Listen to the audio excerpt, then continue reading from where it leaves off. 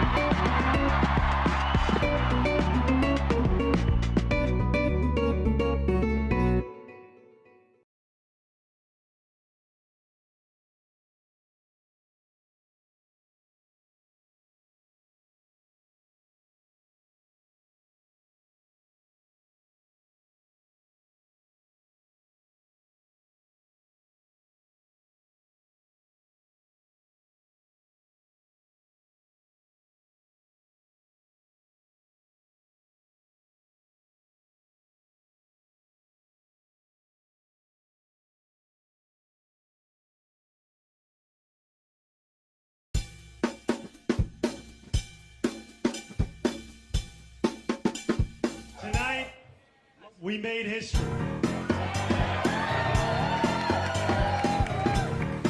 the words of Nelson Mandela, it always seems impossible until it is done.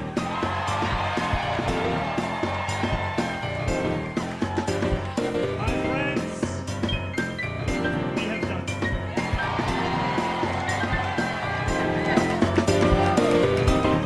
I will be your Democratic nominee for the mayor of New York City.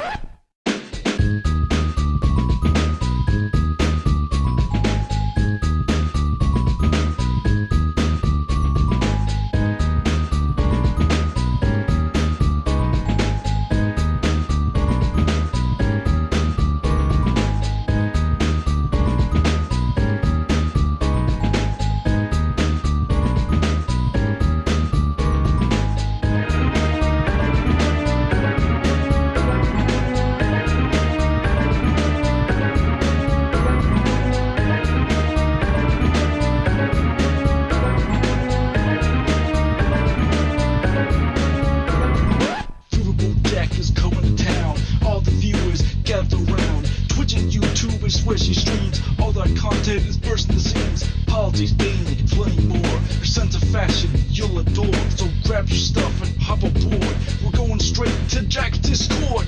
Riverboat Jack, Riverboat Jack, Riverboat Jack, Riverboat Jack, Riverboat Jack, Riverboat Jack, Riverboat Jack, Riverboat Jack. That's what I'm talking about.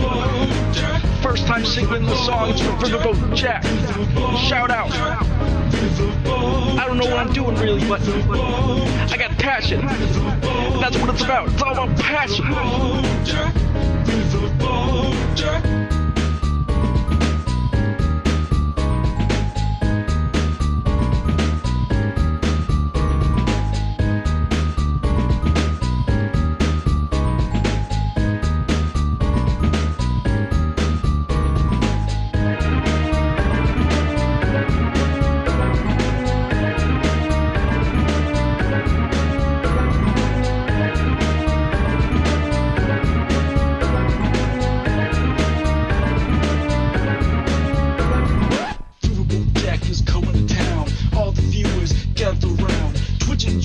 Squishy streams, all that content is bursting the seams. Politics, daily, and plenty more. Your sense of fashion you'll adore. So grab your stuff and hop aboard.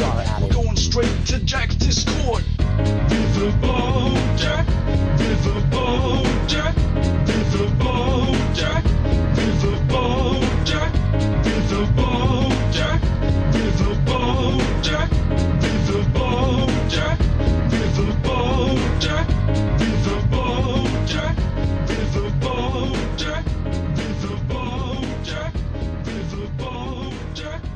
Hell yeah, everybody. Hello, hello, hello. How we all doing, folks? Hell yeah. We got a lot of bad news tonight, but we got some good news too. I, for one, am very excited to talk all about it, but let's let's do things in their proper order, shall we? Hell yeah. Everybody, hello. Howdy, howdy, howdy. Hello, Gamergy. I will take a look at that clip in the segment. Hello, Hoi Polloi. Hello, Ashley J. Curtis. Hello, Sparrow in the Snow. Hello, Dragonfly. Hello. We got a lot of good electoral news coming out of New York. Don't get me wrong. I'm not poo-pooing that. I'm talking about the other bad things that happened. Hello, Punky Gal. Hello, Snoogan. Hello, Lily Love Stuff.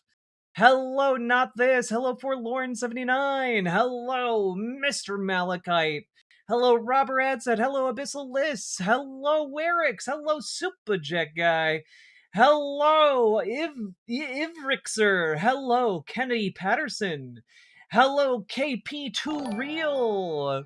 Sake Tanuki, thank you for being the first person to support Almost stream. everything went great, except NY12 is sending a Zionist tick to Congress who's going to use all his connections to embed himself in DC and suck 4 gens. The good news is that I think the amount of blood you can wring out of that stone is getting less and less all the time. You know, the tick juice is drying up, as it were. Hello, Justin Hoskins. Hello, Sonia Sluss. Hello, Conjure Gay Frogs. I recognize your first post in Vertical Chat. Hello, Comrade Girl 2018. Hello, May Fanny Longlegs. Hello, Queer Devil. Hello, Celeste Player 1. Hello, Burning Sock 5. Hello. How we doing, Ashley J. Curtis? I can't remember if I said it, but if I did, you know what? You deserve 2 hellos. Hello, Nimbleline. Hello, Kelsey 5 Alive. Hello, Ivan Holmes.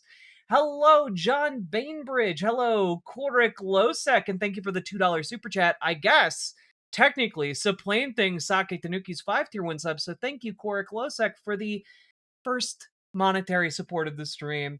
Appreciate you. And Sake Tanuki, still appreciate the 5-tier 1 subs. Don't get me wrong. And I am still tracking where we're all at when it comes to our dono tracker. You guys are over halfway there. I'm real excited. Hello, Yannick de Newborg. Hello, Nocturnal8999. Hello, Petra Koroma. Hello, a raccoon named Spanky. Hello, Micah. Hello, Lefty McLefterson. Hello, Blake Gunnels. Hello, everybody. Hello, Ransom Ballard. Hello, Crochet Whimsy. Hello, Peace Earth 661. Hello, Blueberry Bumblebees. Hello, Immobilizer. Hello, VBM. Hello, Ulursoth. Hello, one and all. Hello, Rep Boy Luloli. Hello, Beautiful Sins. Hello, everybody. Hello, Rundo. Hello, Wand G Fan. Hello, Quiet Kitsune. Hello, Firecrafted. Hello, Shootbang. Hello, Matatiahu. Hello, Cardstock Caster. Hello, Ruthie. Hello, Jenny Ah. Hello, Moto Colster. Motoko Colster. There we go. I will not be eclipsed. Holy I am inevitable. Sake Tanuki, thank you for the 10 tier 2 subs. Literally causing a bloodbath in the name colors of chat. Thank you so goddamn much for the 10 tier 2 subs. Holy shit. I'm unsure about the math of that. I think that's 20? Good God. Thank you so much. Oh, hell yeah, and some white names even got those tier 2 subs. Let's go. People don't usually get it right the first try. This ain't my first name reading rodeo. Asuka, thank you. Hello. Stop the stupidity with the 20 gifted memberships. All right. I see you guys. This is how we launder the Soros money. Nah, I shouldn't joke about that. If I joke too hard about that, dipshit conservatives will start being like, yes, she unironically reveals it during her streams. What's on the agenda today? First, hellos, and then I will get to the rest of it. Hello, James De La Pena. Hello, the Stegocephalian. Hello, Paladin Lost. One day, you will be found. Hello, Paradox Bingo. Hello. How we doing, Chicky Puffs? Hello, Toby the Reader. Hello, Sheepish T-Rex. Hello, CMH006. Hello, how we all doing, folks? Hello, I am certain. Hello, 9-inch toenails. There we go, nailed it. Hello, everybody. Hello, Cloud Dancer. Hello, Big Jerry. Hello. Hell yeah, brother. That transgender just said that she takes the Soros bucks.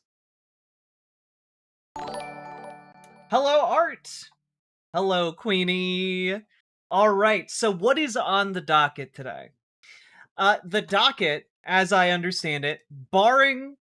I spent a lot of today doing tech to make sure that this stream doesn't crash again today.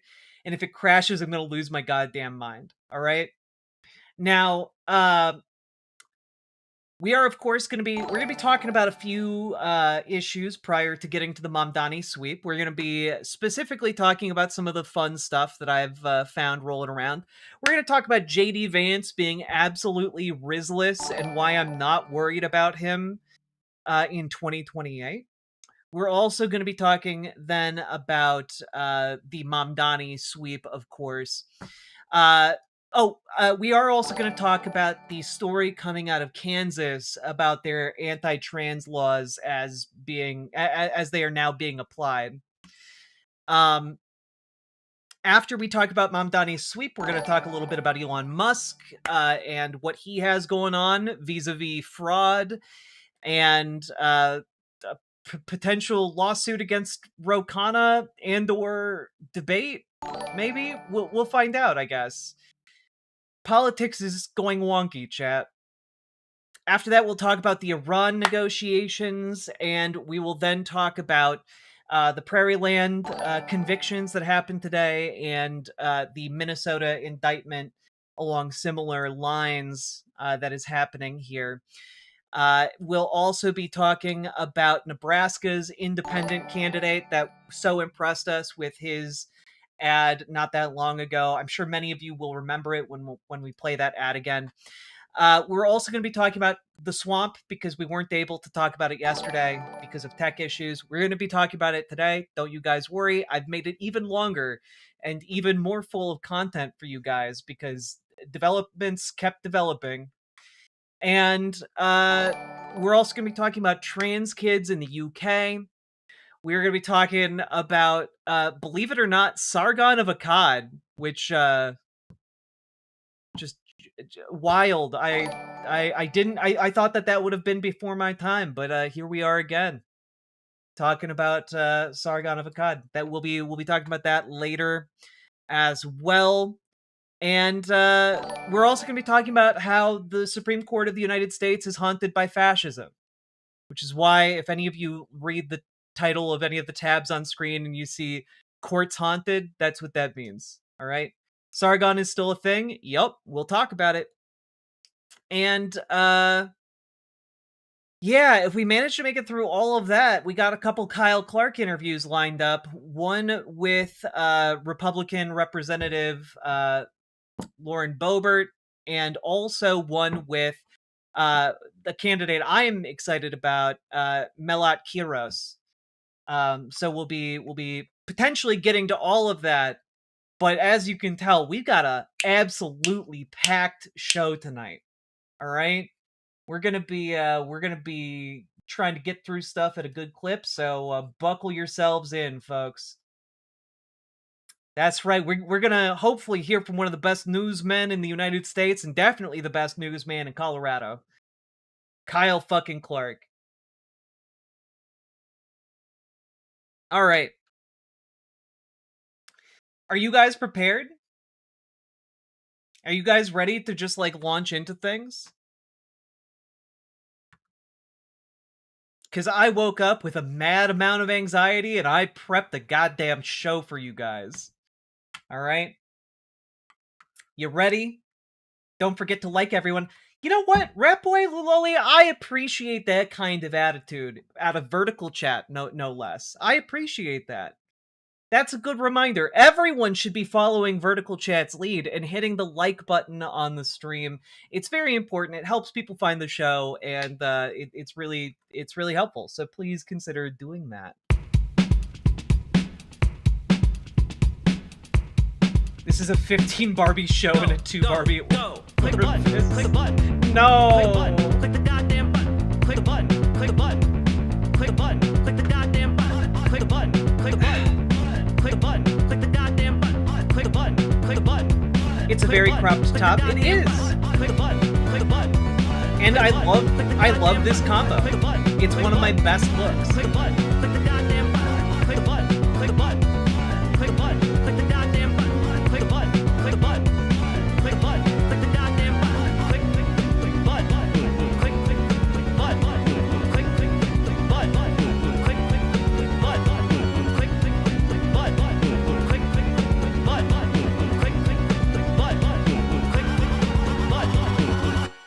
Hell yeah.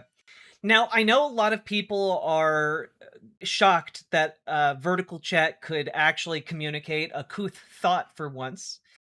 However, the hope is that over time, more and more cool people will hang out in Vertical Chat as well, and it won't just be a blood-filled wasteland. Just mods, hulking monsters wandering the wastes, smacking anything that lives. Alright. You're a thirst trap right now? Good! Because you know what? There's nothing that precludes me from both being a thirst trap and giving you cutting-edge political analysis, alright? And you know what? At some point, I will dress more Just mature like and Mamdani appropriately. has a great vision for New York. This booba window provides a great view for chat. I agree. Look, I went through a lot of trouble and sacrificed a lot of relationships and things so that I could have an incredible rack. And you know what? I'm gonna enjoy it. Alright. Also, I figure the longer that I thirst trap, the more ridiculous transphobes get, you know? Just it makes them look very silly when they come in and they're like trying to misgender me to make me feel bad when I'm sitting here looking hot as fuck.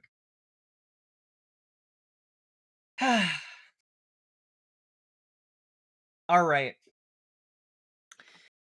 Let's get going. So, first off, folks, also Saki Tanuki, thank you for the 5 tier 1 subs. And yes, I am also excited to talk about policy. And boob windows, of course. Hey, Two Dads Smoochin'. All right. One of my favorite usernames to read in chat, by the way. You just got your letters for your FFS? Hell yeah, beautiful sins. Congratulations. All right. Here we go. I wanted to share with you guys a cool thing that I found because I think it's neat. Also, Stop the Stupidity. Thank you for the 5 gifted memberships. And of course, what I'm talking about is that tomorrow is the launch day for something called Convergence 3.0, which might not make any sense to you if you don't follow video game modding, and I don't blame you if you don't. But if you don't follow modding and you like the video game Elden Ring, this is a little treat for you.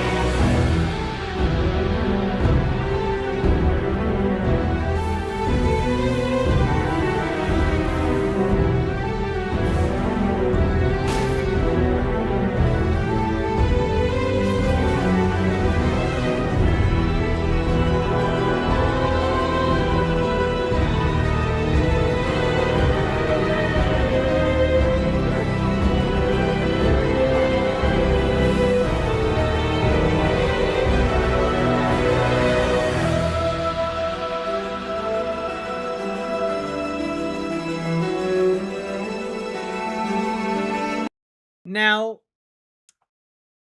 just as an FYI, I lied a little bit. because this video was put out a year ago. There's actually a trailer for 3.0, because that's the version that drops tomorrow. And I, for one, am really fucking excited, because I haven't played any of it, at any point, at all. If that's Alden's ring, no wonder he got divorced. Sake Tanuki, thank you for the 5 tier 1 subs. Here is the 3.0 trailer for this particular mod.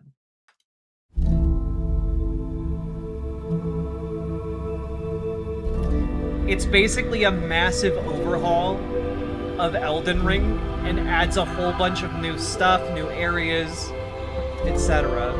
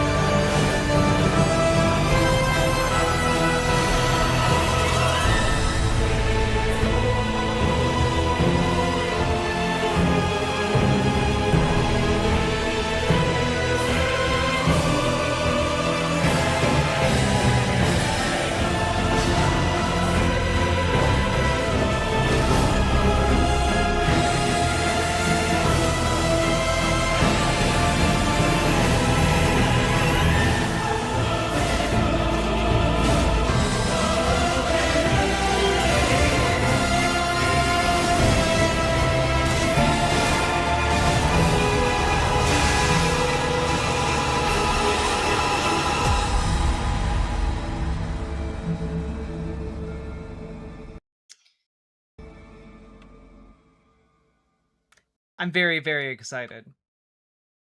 It is very cool, and the amount of stuff that they have added is crazy. Also,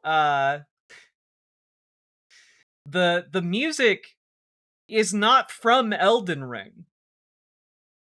They added new music to this. This is effectively a gigantic DLC if you wanted to replay Elden Ring all over again, but with basically everything being new. It's very cool, and I am very excited about it. So, yeah. Also, in other news, just wanted to say, Australia. You know, thanks for keeping it real. All right? I, for one, very much appreciate the good people of Australia coming to the United States for the World Cup.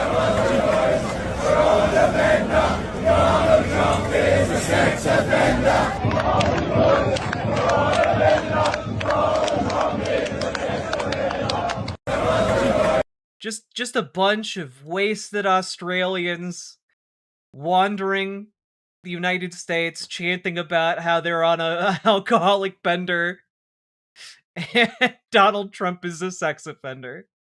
And you know what? Those are some good lads right there. But like that is some straight up good laddery, all right? Also, Stop the Stupidity, thank you for the 5 gifted memberships as well. I very much appreciate your support.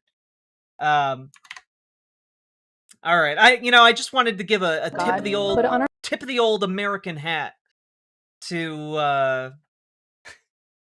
Australia. All right. All right. Also, I lied. We have one official segment before we start anything else. So, folks, many of you know that I like to drink Monster energy drinks because I can't function without a constant infusion of caffeine.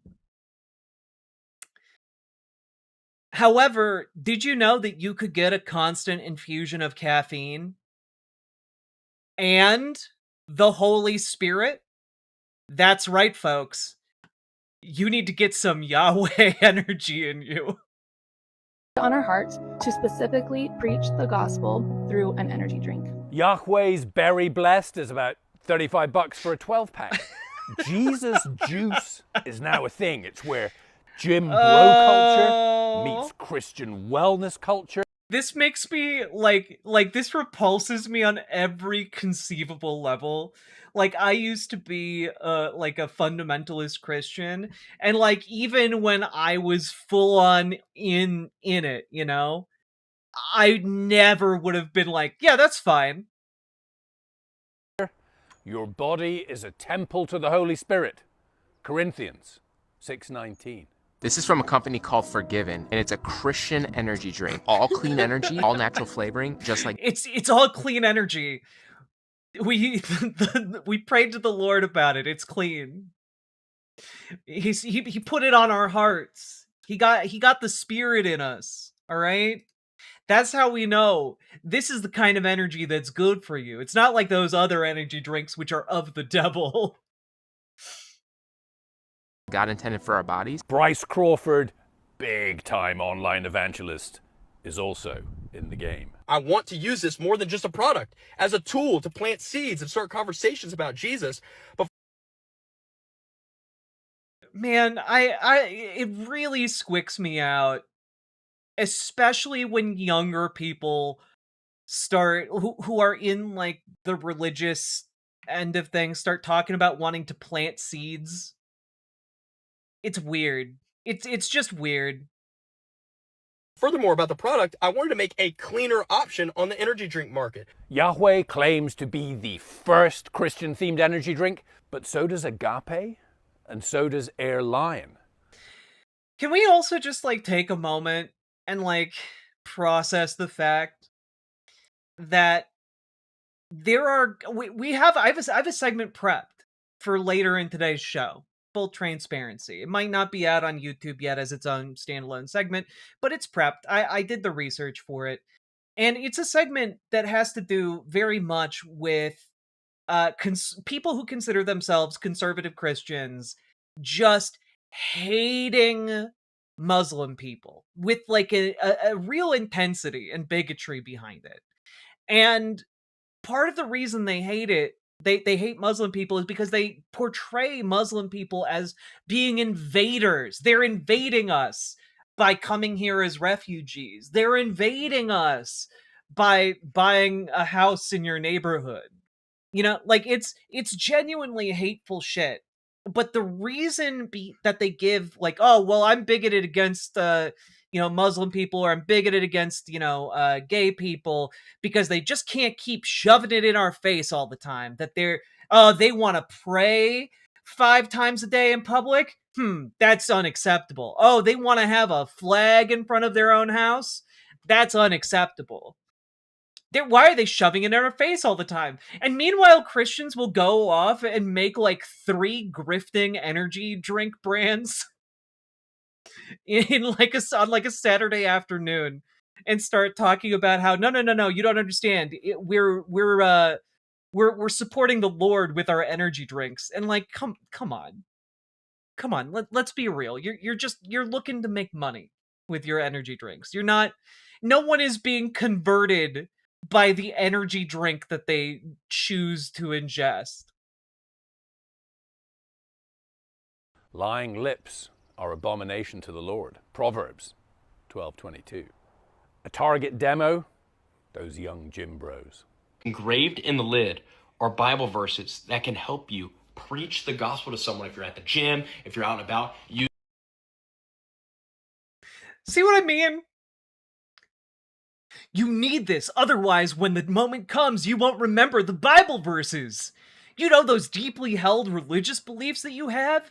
You won't be able to communicate them to anybody else unless you have this specific Jim Bro drink. YHWH Energy Drink, chapter 5, verse 12, Jesus said, my liver, why have you forsaken me?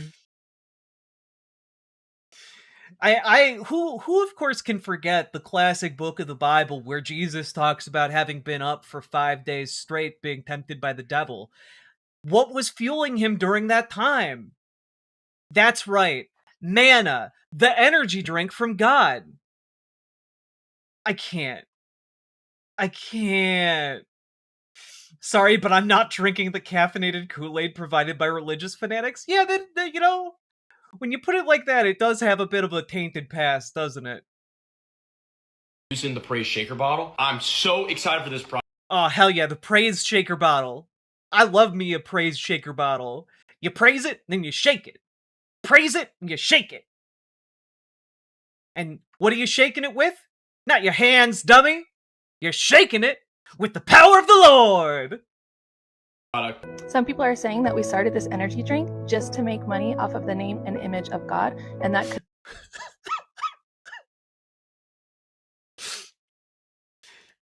You're saying that with the can turned directly to the camera with the picture of Jesus Christ on it. The level of shameless grifting that happens in the Christian church in 2026, it is shameful. Like, I'm not even religious, but like, god damn, you guys are bringing shame on your religion. And lo, Jesus said, my neck, my back. You know, I'm waiting for some I'm waiting for the Christian version of head on applied directly to the forehead. You know? Take this, all of you, and drink it. This is my Brondo, which has been given up for you, and plants crave it. This is my Brondo. Indeed. Couldn't be further from the truth. It is, they say, about spreading the good word, but look, eligible for commission. There are riches here on earth, but the people at Yahweh, they say their real reward will be in the next life. God. You know what they say? Yahweh or the highway. And you know what they say about the highway? Go straight to hell. I feel a lot of secondhand embarrassment from that. You know, like, there is an element here where it's very funny, but what's less funny is the fact that the faculties for critical thinking among folks who may have been like just passive conservative Christians in the past has like actually degenerated. Like, there's no solid foundation for any kind of moral footing whatsoever, right? Like, back in the day, you could have Martin Luther King Jr. leading a religious movement and social and economic movement for freedom in the United States. And I feel like we've really come to a point where, like, it's really difficult to even make basic moral appeals to the conservative right in this country because they've all become completely divorced from reality. No, it's not a scam. We're just using God's face on our merchandise and telling you it will help save your immortal soul. No, guys. It's not political corruption for the president to make a $1.776 billion slush fund for himself. No, guys. Look, we really needed a war because of all of the exact reasons that were given to bring us to war in Iraq. You know, the thing you have all been talking about like it was a genuine evil for like the last 20 years. We're just gonna fall for it again. It's genuinely... There is something very dangerous in this level of commercialization and the acceptance of it and the proliferation of it in connection with like a Jack, economic... are you more of an Old Testament Christian or an Elani New Christian? I guess I'm more of an Old Testament one. Don't like those mixed fabrics. They chafe. You used to think that you'd never get to taste the salvation all over your face that you get from getting on your knees and pleasing Jesus. Well, now you can. Hey, you know what? You know when it's really fun to be railed animalistically by a man who loves you? And that man's name Jesus Christ. All right. Enough blasphemy for now. I just, we're in a bad place as a country, and I do think this is indicative of that. Anyway, if you forgive the blasphemy, if you got anything out of this, hit the like button, hit the subscribe button, leave a comment. What do you think about Yahweh energy? What do you think about that?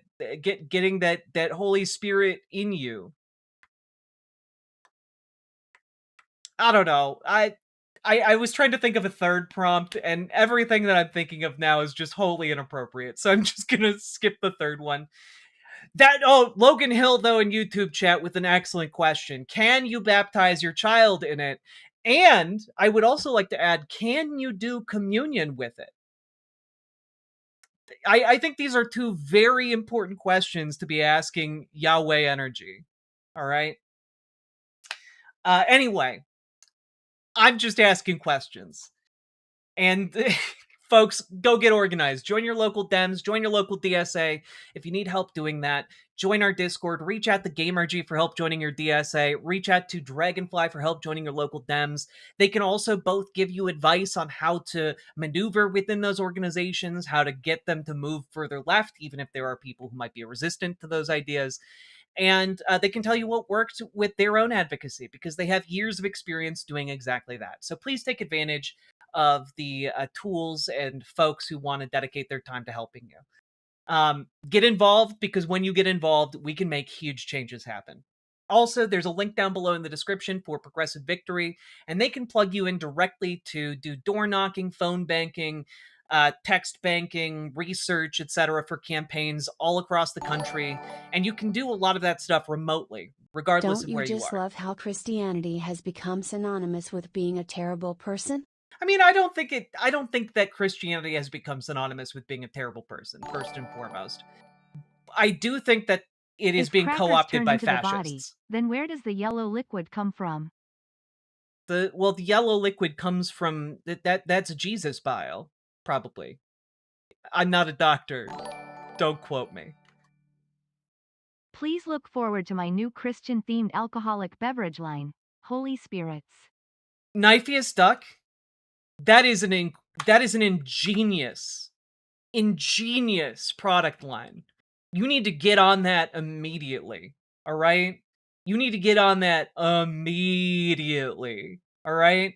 I guarantee you start soliciting investors, you're going to get like $10 million on that idea, no problem. All right? You got this. I believe in you. New from Charlie Kirk Winery. We carry the grape wine. Put the holiest of spirits in you. No! Oh, Paladin, brutal. All right. All that being said, folks, last but not least, check out ImogeneOlivia.com, gender euphoric lingerie designed from the ground up for trans femmes, also tested with cis men, cis women, non-binary folks. Check it out, ImogeneOlivia.com. It's non-tucking lingerie that's comfortable and sexy. Link down in the description. Let's keep on going.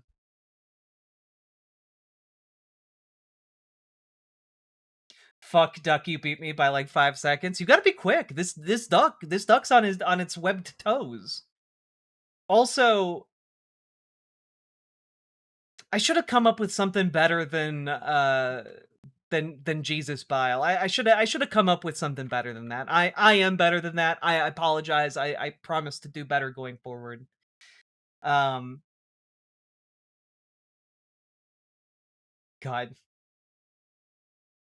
I'd forgotten it was a segment until that outro. You know? As it is.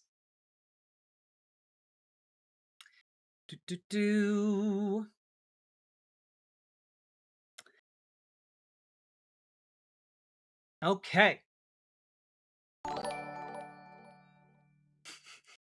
Charlie couldn't drink it without it coming out early, but you can. I'm gonna look like a podling who's been fully drained.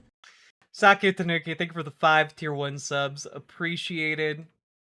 And I apologize for that soundbite drop. I heard those drinks have a high sodomy chloride level. Jesus Christ. You guys are on fire today. So Musk is not intelligent. We'll get to it. All right. We got other stories we got to cover first. All right. Here's our next segment. You guys ready? Too bad. We're going to go. So, folks, I wanted to talk about this story that made a bit of a splash earlier today. Specifically talking about the case of a trans woman in Kansas named Chris Ripper. Now, what happened with Chris is essentially the story of a lot of different trans people in Kansas right now. Many of you may recall that Kansas put together what amounts to a bounty hunting bill for trans people, where people in Kansas can now, if they feel like they have used the bathroom with a trans person in it, they can then sue said trans person for damages. And of course, this also coincides with a law passed against essentially driver's licenses that say, F when someone was assigned male at birth, like or vice versa. And that law invalidated any previous licenses that respected people's chosen identity and made them go back to sex assigned at birth. Now, what of course winds up happening here is that you have trans people who in Kansas have to follow the law. So they change their IDs back. And Chris Ripper is one of those trans people who changed her ID back. And, still have to get to work. The sun keeps rising. You got to do what you got to do to get by. And the other day, she was pulled over by a cop. And the cop, because of course this is what's going to happen, the cop is confused. The cop thinks that entire driver's license must be fake because the cop looks at the driver, looks at the ID, and it just, to a random beat cop, does not compute. Because trans people, like I know a lot of people online will tell you, we can always tell. They can't always tell. All right? And nowhere is it more obvious than in interactions with, like, cops. And of course, what ended up happening was actually pretty cool. The cop gave her a warning related, I think, to her headlights or taillights. And she went about with her business. And then a few days later receives notice that she is being brought up on charges for, let me see if I can get this right here. Yes. Operating a motor vehicle without a valid license, which is a Class B misdemeanor, and carries with it 6 months of jail time and or a $1,000 fine. So, because this cop was confused by Kansas's own ID laws, like, it wound up being that the cop, I guess, decided later to fill out paperwork to charge this poor woman. And this has now, of course, resulted in a major kerfuffle that has reverberated throughout the trans community nationwide, because everyone is paying attention to what's happening in Kansas, right? And, it's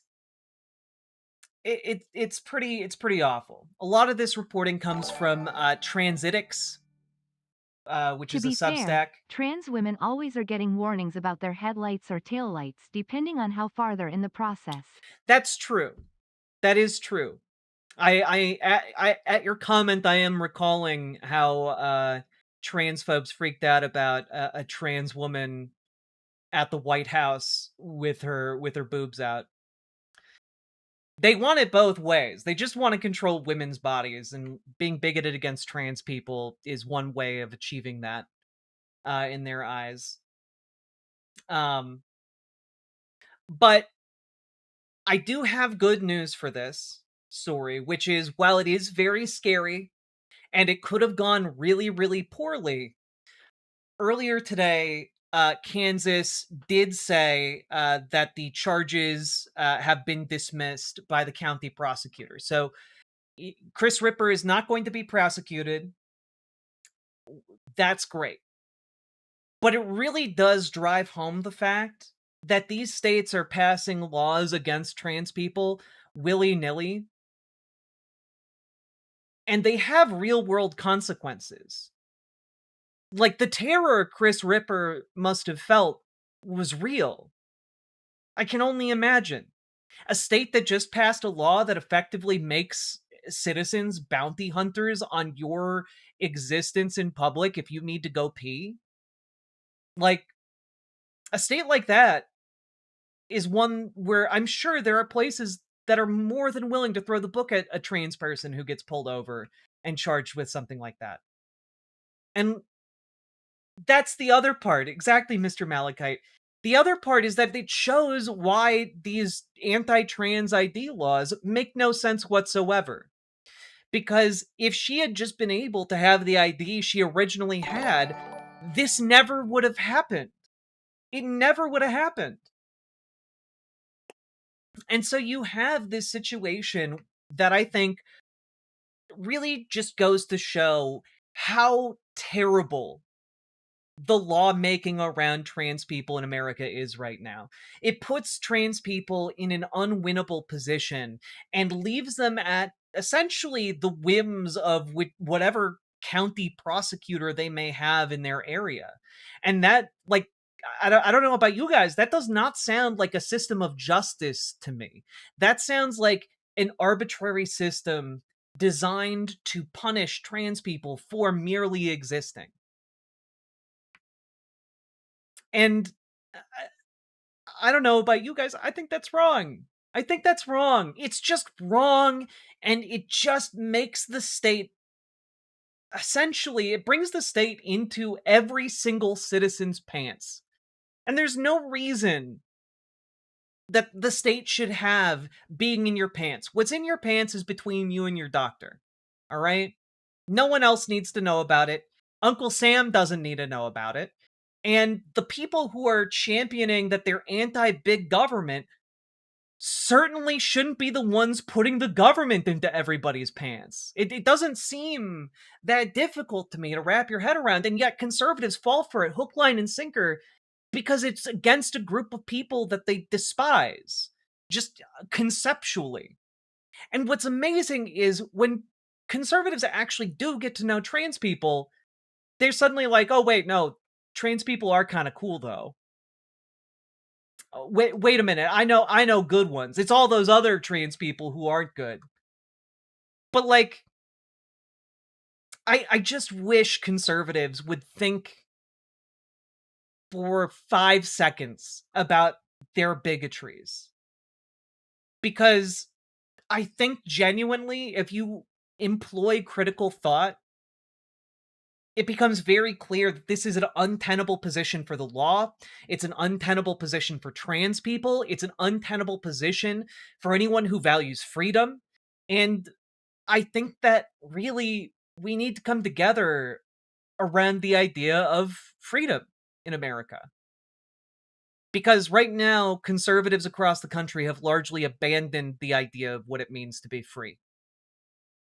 So, all that being said, if you got anything out of this, hit the like button, hit the subscribe button, leave a comment down about what you think about this story. I'll link the I'll link the original piece with the full reporting about it down below. But yeah, it's quite something. And if you want to fight these anti-trans laws wherever you live, whether it's a conservative state or a lefty state, blue state, what have you, get involved in your local politics. Join your local Dems. Join your local DSA. All right? Move your local Democrats farther left. Kick out those corporate Democrats that are taking corporate money. All right? Get your DSA organized to organize other working class people. And if you need help going to your first meeting, we can help you out.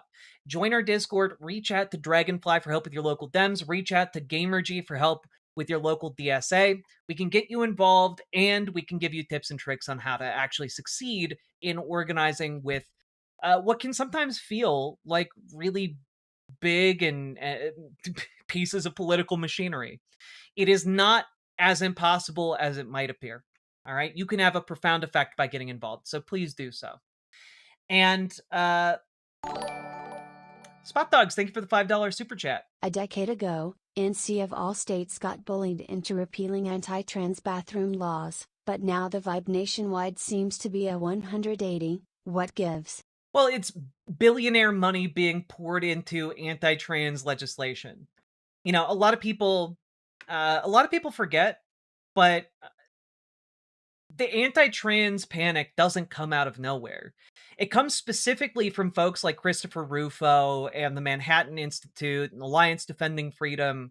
All of these groups working together to basically create the perfect wedge issue that can then be used to divide the American electorate. It's effectively what they've done for a long time. This idea of, well, we can't actually offer anything to our constituents, so instead we will basically create a fear campaign and then cater directly to that with bullshit legislation that just harms marginalized people, right? And we do this so that then, you know, our constituents don't realize we're robbing them blind to give massive, massive paydays to the richest people to ever exist, right? So that's kind of how we get here. We get here by trans and marginalized people in general being scapegoated. So there you have it. Last but not least, folks,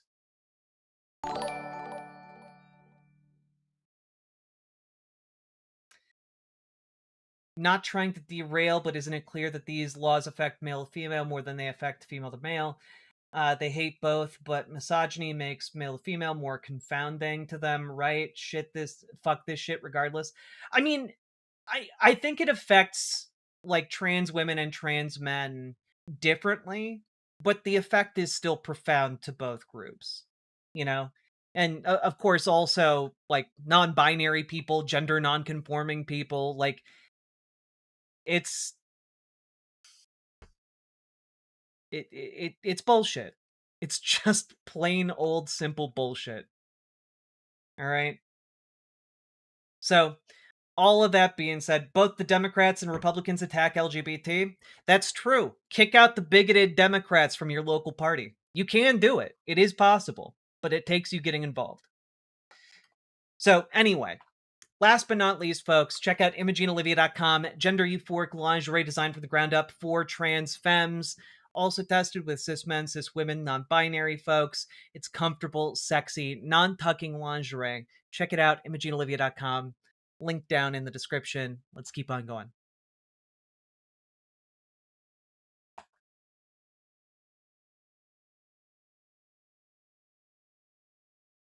Oof.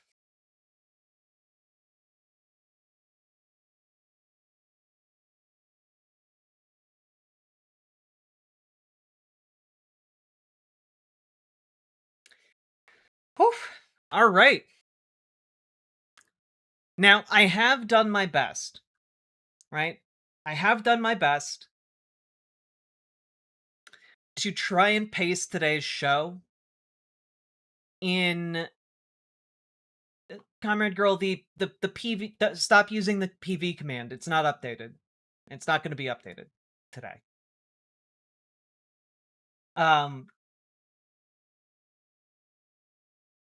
I need to get on that, but I didn't do it before stream started, so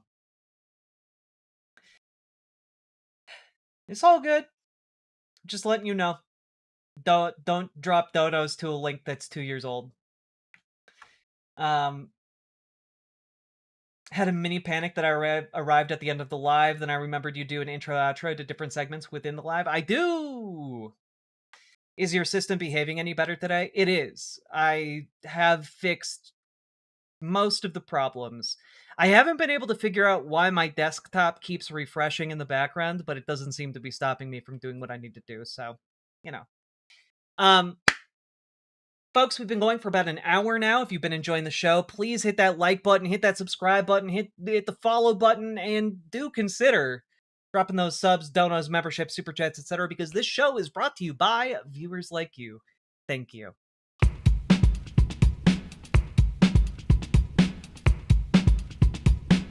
Jazz Dog, I hope you're on the mend. Click the button. Click the button. Click the button. Click the goddamn button. Click the button. Click the button.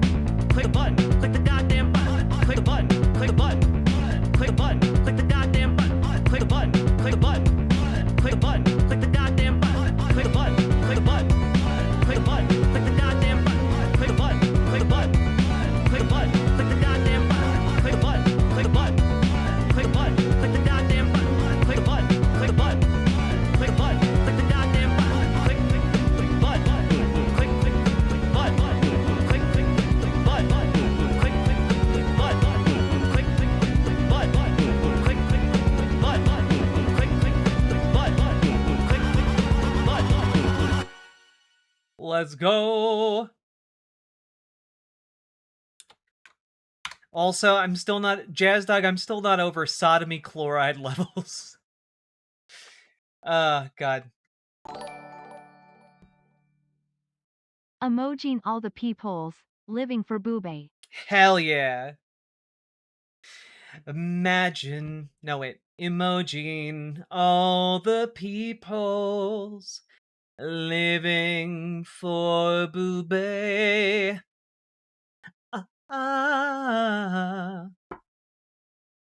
You might say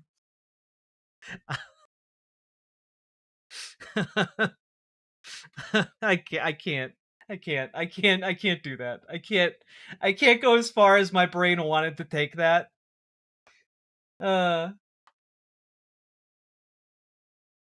Now sing it like Yoko? I can't, because I've never listened to any of Yoko Ono's music.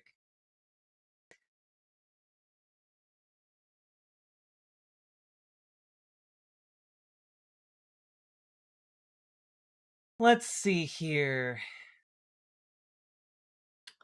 I saw a comment I wanted to respond to, but I don't know what happened to it. The out of context clips from that would go crazy? Absolutely.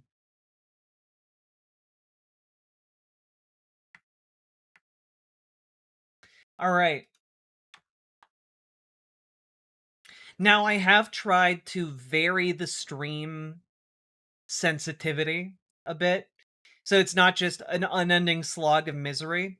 That being said, we are about to go into a JD Vance segment, so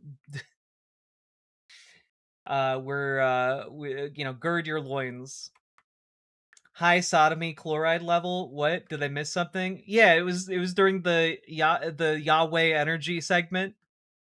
Jazz Dog dropped a $5 dono that said the drinks have a high sodomy chloride level, and I haven't gotten over it.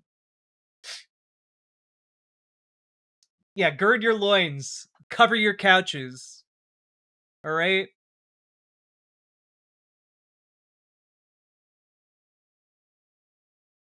Okay. Here we go.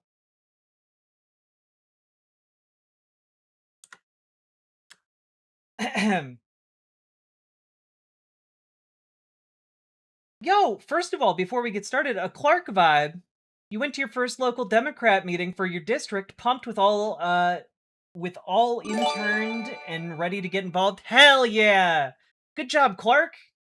Also, Judgment Free Zone. Thank you for gifting a sub to Motoko Colster. Let's go! Getting people involved. This is what I live for. I love it. Virtual hug. Hell yeah. All right. Also, Judgment Free Zone, thank you also for subscribing. Let's do it. So, folks, we have to talk about the fact that JD Vance is desperate. He desperately wants to be taken as a big boy. Actually, we're going to try this again. Judgment Free Zone, thank you for gifting a sub to Creamy Hamster. And let's go.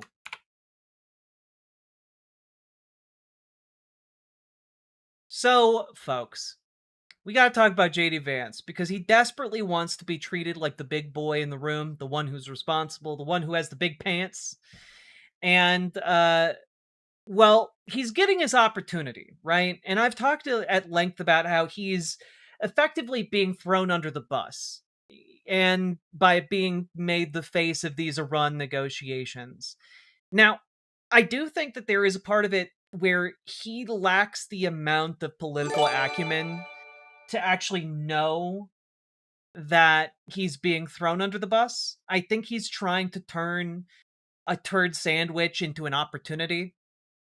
And so he's trying to embrace his man in control vibe that he thinks he gets out of this. Here he is yesterday streaming out of Switzerland related to the Iran talks.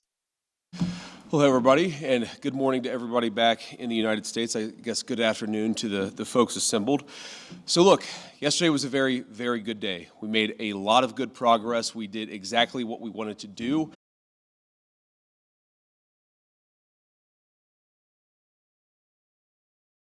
Okay, we're back.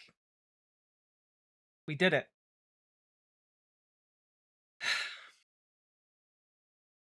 So, seems like my streaming software released an update literally today. After I spent all day trying to fix it, the problem was I just needed to update this again. So hopefully we are good to go now. I also disabled G-Sync settings just in case there was something about G-Sync that was fucking with our vibe. All right? OBS? No, I use a janky ass program called XSplit because I bought a permanent pass to use it forever, and I'm going to get my money's worth. All right. Viewers going up? Are viewers going up? I don't know. I don't know about that. Andrew S, thank you for the 10 gifted memberships. I appreciate it. XSplit, I need to look into that. It is OBS is free. It's right there. I heard XSplit was decent. It is ish. It's the one I learned how to use and I keep using it. But also, Judgment for Rezone, thank you for gifting a sub to Terran Ambassador and Tired and Trans as well. Appreciate you. All right. I'm really hoping, though, that we don't get any more crashes, because this is really fucking me up.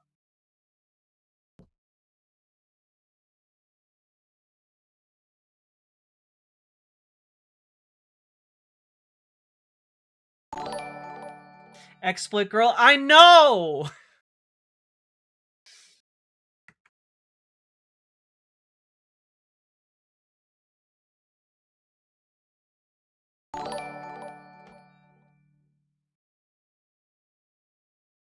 You need to sage the hell out of your setup. I don't know what that means. Unless you mean, like, literally sage it, in which case... I've thought about it. I've thought about smudging. Maybe the ghosts. Maybe it's the dono ghost. Oh, shit. Dr. Pibb of streaming services. God. All right. Are you guys ready to jump into this again?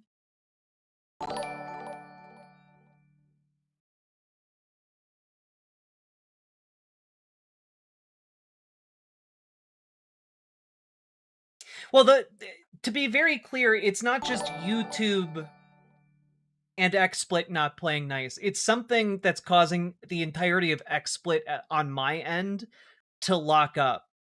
And I'm not entirely sure what's happening with that, but you know, we'll figure it out as we go. All right, here we go.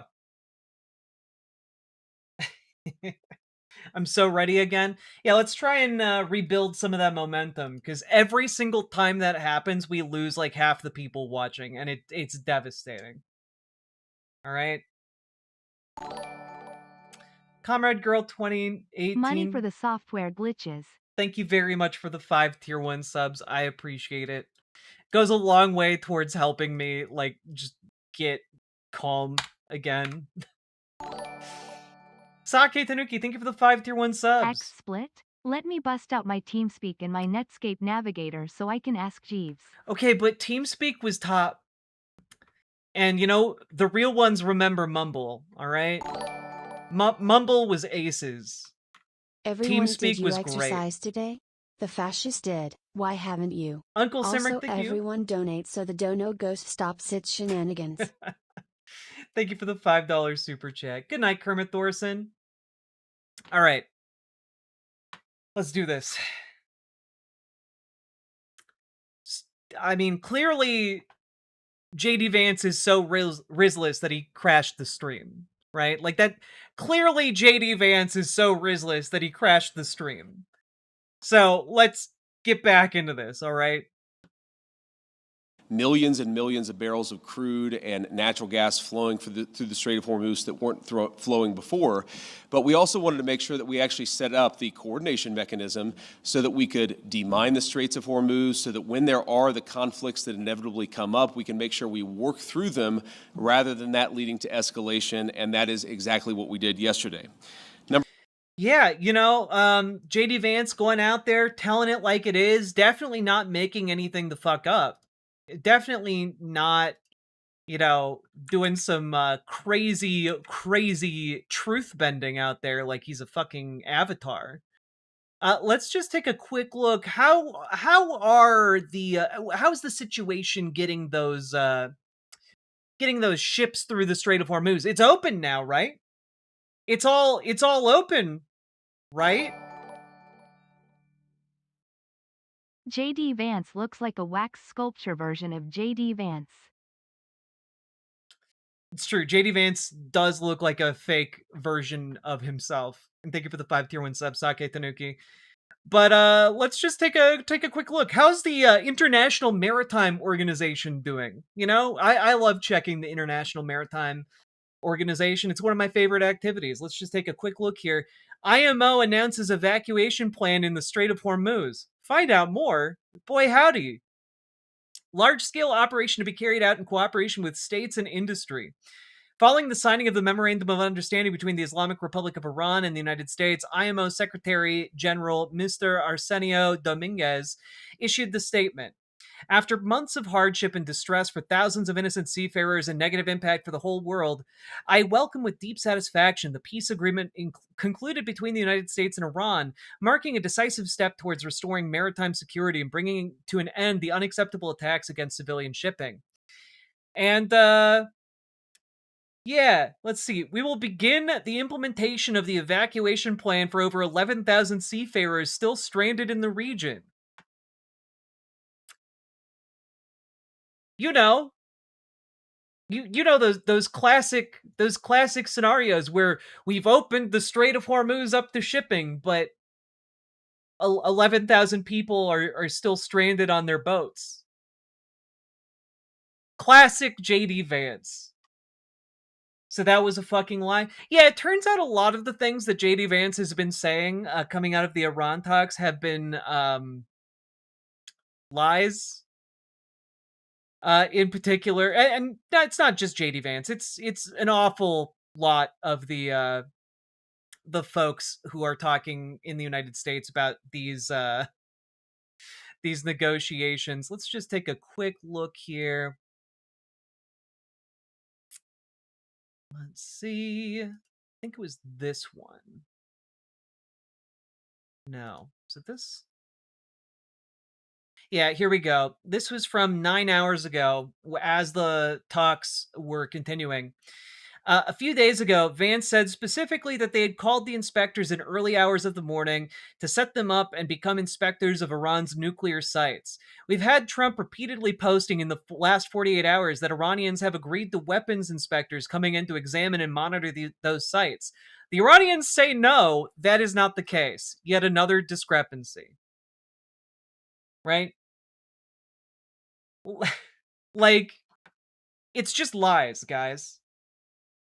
It's just lies. Seafaring men in contested waters. Sake Tanuki, thank you for the 5 tier 1 subs. We'll take a look at that link in a moment here. But first, we got to finish talking about our man JD. Now, how did JD Vance become the guy who's negotiating all of this? How did he become the big boy with his big boy pants in this particular circumstance? I mean, after all, previously he was just so not busy. He was able to write a book and do an entire book tour. So how is he now the face of negotiations? And they claimed the Kabul evacuation was a disaster. Right? Let's just take a quick look. Here's MS Now. Vice President JD Vance has become the face of the U.S. negotiations with Iran. And sources in and around the White House tell me picking him to lead was a surprising decision. Apart from being adamantly against the war at the start, according to multiple current and former U.S. officials, the vice president also has limited high-level foreign policy experience. It might sound like the job for the nation's top diplomat, Secretary of State Marco Rubio, but a White House official told me Rubio avoided becoming the lead of the U.S.-Iran deal because he understood how unlikely it was to succeed. Vance, on the other hand, believes a successful deal with Iran is not out of reach, the official said. Another White House official made the argument to me that Vance was the wrong choice to lead negotiations because the people most in need of convincing about the interim deal share Rubio's view on foreign policy. They added that having Rubio lead would have ushered in support from a skeptical part of the Republican Party. And another former senior administration official told my co-author David Rode that some of Vance's public claims about Iran are either an attempt to mislead Americans or a sign of naivety about Tehran. Being the face of the negotiations has proven quite the uphill battle. Yeah, so just to be very clear, what seems to be coming out, if you put together a lot of the pieces of information here, is that JD Vance was like, no, guys, we totally can get a deal done here. And everyone else who has experience doing foreign policy stuff took a look at this and said, no, I don't think we can. And then they all got into their separate camps, and JD Vance went off to go and try and do what is considered a pretty impossible balancing act between the demands of the Trump administration and what Iran is looking for, right?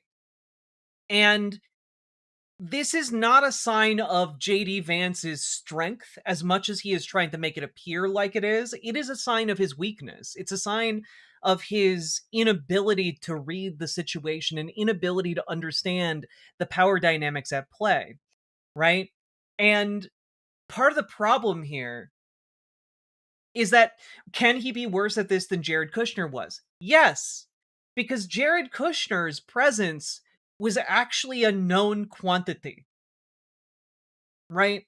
Like, Jared Kushner is very clearly only in the room for these high-level negotiations so that he can be a liaison between the Trump family and these To be fair, different Republicans regimes. have so much experience lying about being STR8, it would be weird for them to tell the truth about the Strait of Hormuz.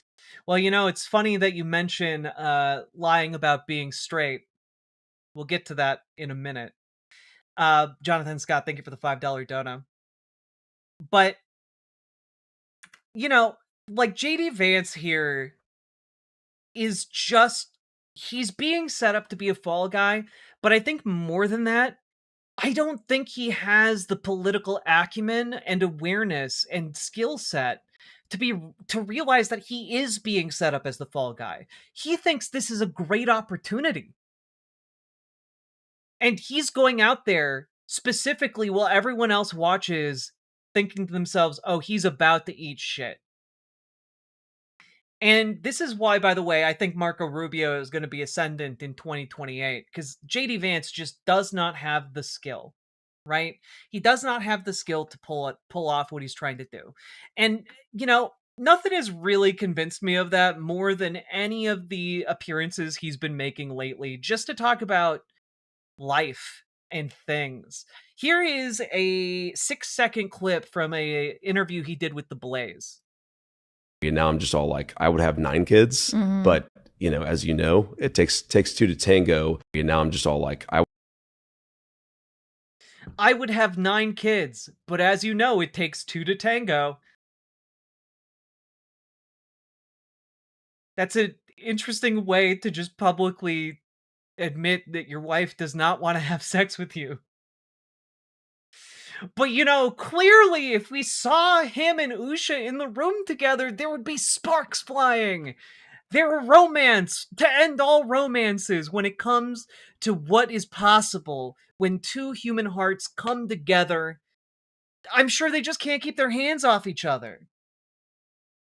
That's right. Today's special reader is my husband, Vice President of the United States, J.D. Vance. Thanks for joining us today, honey. Of course. Good to see you. That's right. Today's special I'm going to play that again. Special reader is my husband, Vice President of the United States, J.D. Vance. Thanks for joining us today, honey. Of course. Good to see you. Even her smile in that moment is just like, what the fuck are you doing? Why did you just pat me on the knee? What the fuck are you doing? But this is exactly what I mean, right? This is exactly what I mean. J.D. Vance cannot be human to save his life. He cannot have an organic moment, even with somebody who's supposedly the love of his life. You know, the mother to his children. Like, he can't do it. They actually have less than 0% chemistry. He said, "They're there." They're there, champ. You'll get them next time. Super Dark Shadow Andy, thank you for the $50 dono. But, like, it's one of the weirdest things I've ever seen, and it's made so much weirder by the fact that this is supposed to be like a children's program for babies that want to watch Can I just take a, like, as an aside, it's wild to me that, like, conservatives will be like, well, you want those drag queens coming into people's libraries and reading them stories. Oh, I'm so mad. I can't understand why people would want to read stories to children. And then meanwhile, the Second Lady of the United States has a program where she reads stories to children. Flame of Alden. You Shaw, not Vance. I'll give it to you. Sake Tanuki, thank you for the 5 tier 1 subs.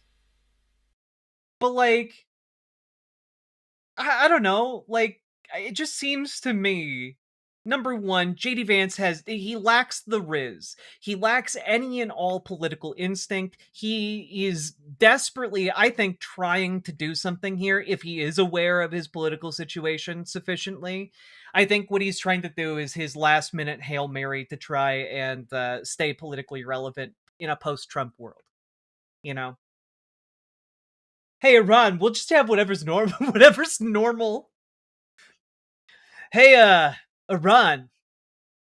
You know, what was in the, out of curiosity, not because I don't know, I want to check if you guys know, do you know what was in the last Memorandum of Understanding you signed? I just want to make sure you guys know. We're really at that level. It is truly god-awful. Right? But I just have to say, he's incapable of coming across as a human. Because on top of the fact that he has less than 0% chemistry with his own wife, like, the problem with J.D. Vance fundamentally keeps coming back to this clip that all of you know and love because I play it every time I talk about J.D. Vance. Alright? And that is, he actually is more believable as a guy who fucks couches than he is as a guy who loves his wife. Oh, look! It's Couch Fucker! You gonna fuck a couch, buddy? Right here. Do not go past streets! There's another trio! This is Vice President. Pussy boy! Pussy boy! Pussy boy! Pussy boy! Go fuck a couch! Go fuck a couch, JD Vance! Go fuck a couch!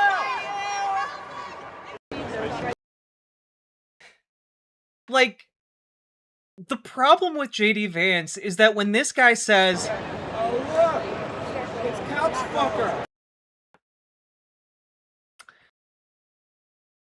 you actually pause and say, you know, I hadn't ever previously thought about the kind of person who would fuck a couch.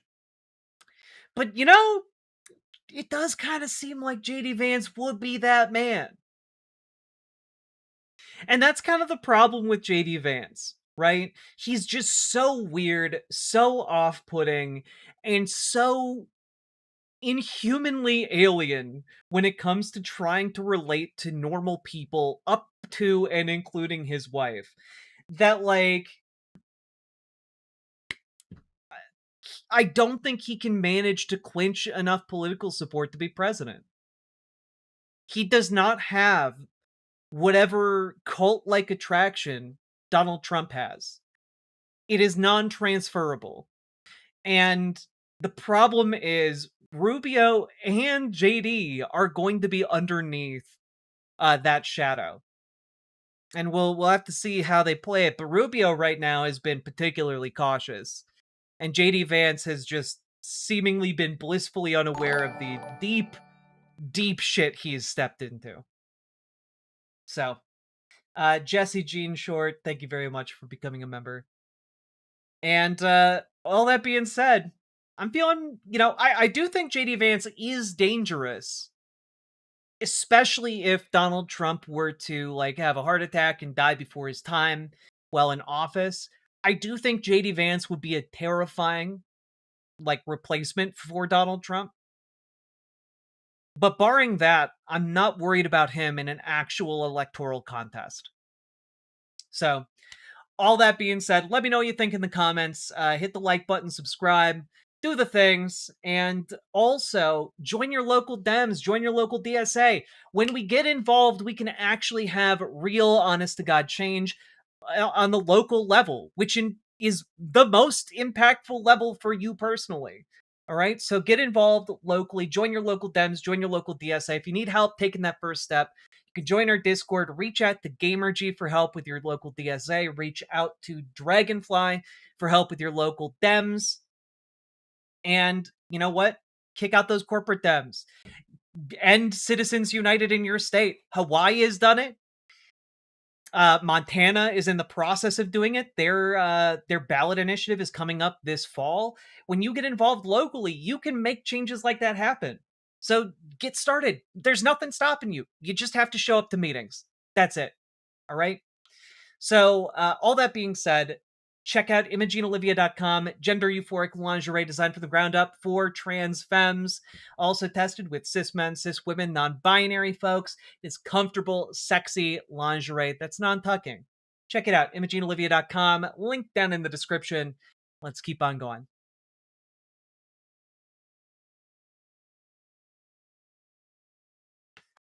Oof. JD Vance actually fought for your freedom. It's true. And then he decided in his life post-military to shit all over it. And all over the ideals he previously defended. Seems like a bad move. Nocturnal 8999, thank you very much for the gifted membership. Appreciate you.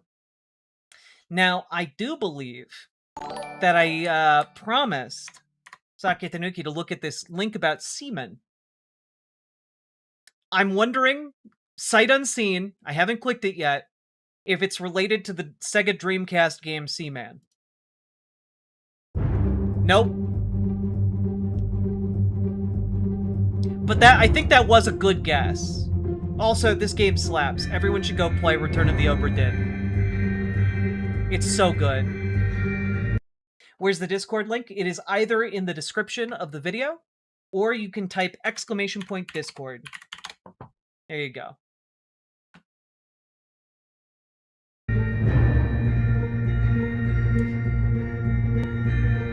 God, Lucas Pope fucking slapped with this one.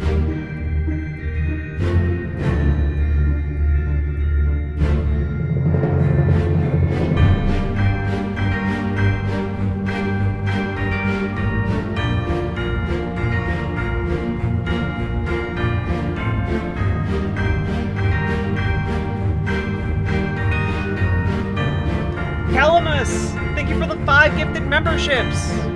Y'all are turning YouTube green. I love it.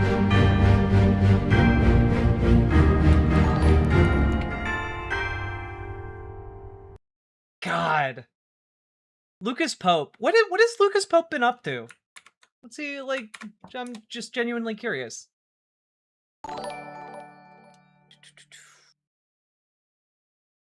I don't know what he's made since Obra Dinn. I feel like I should know.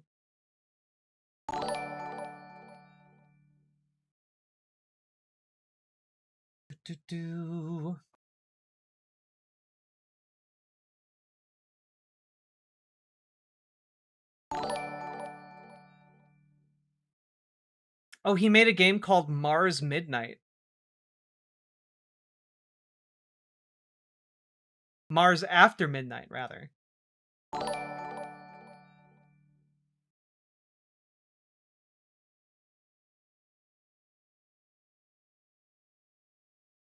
On Mars After Midnight at the Off-Colony Community Support Center.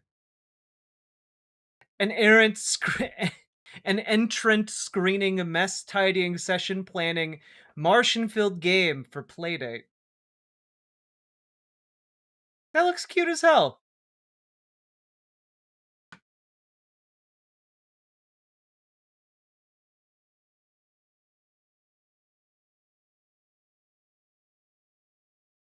Oof.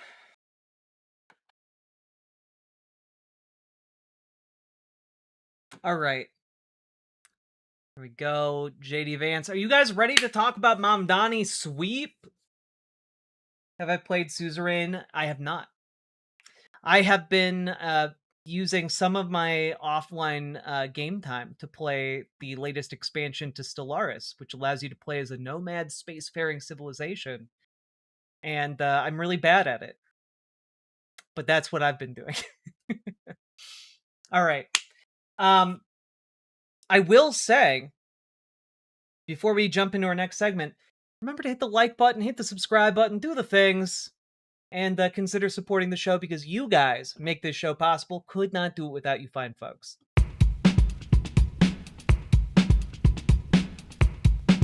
All the trans people in my chat love Stellaris. It's great.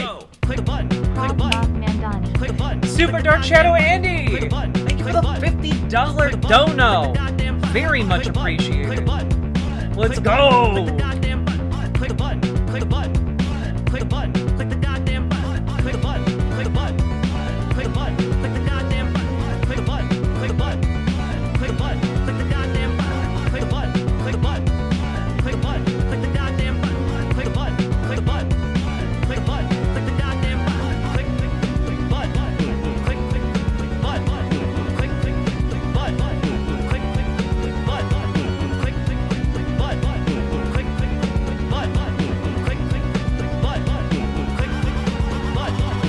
Hell yeah.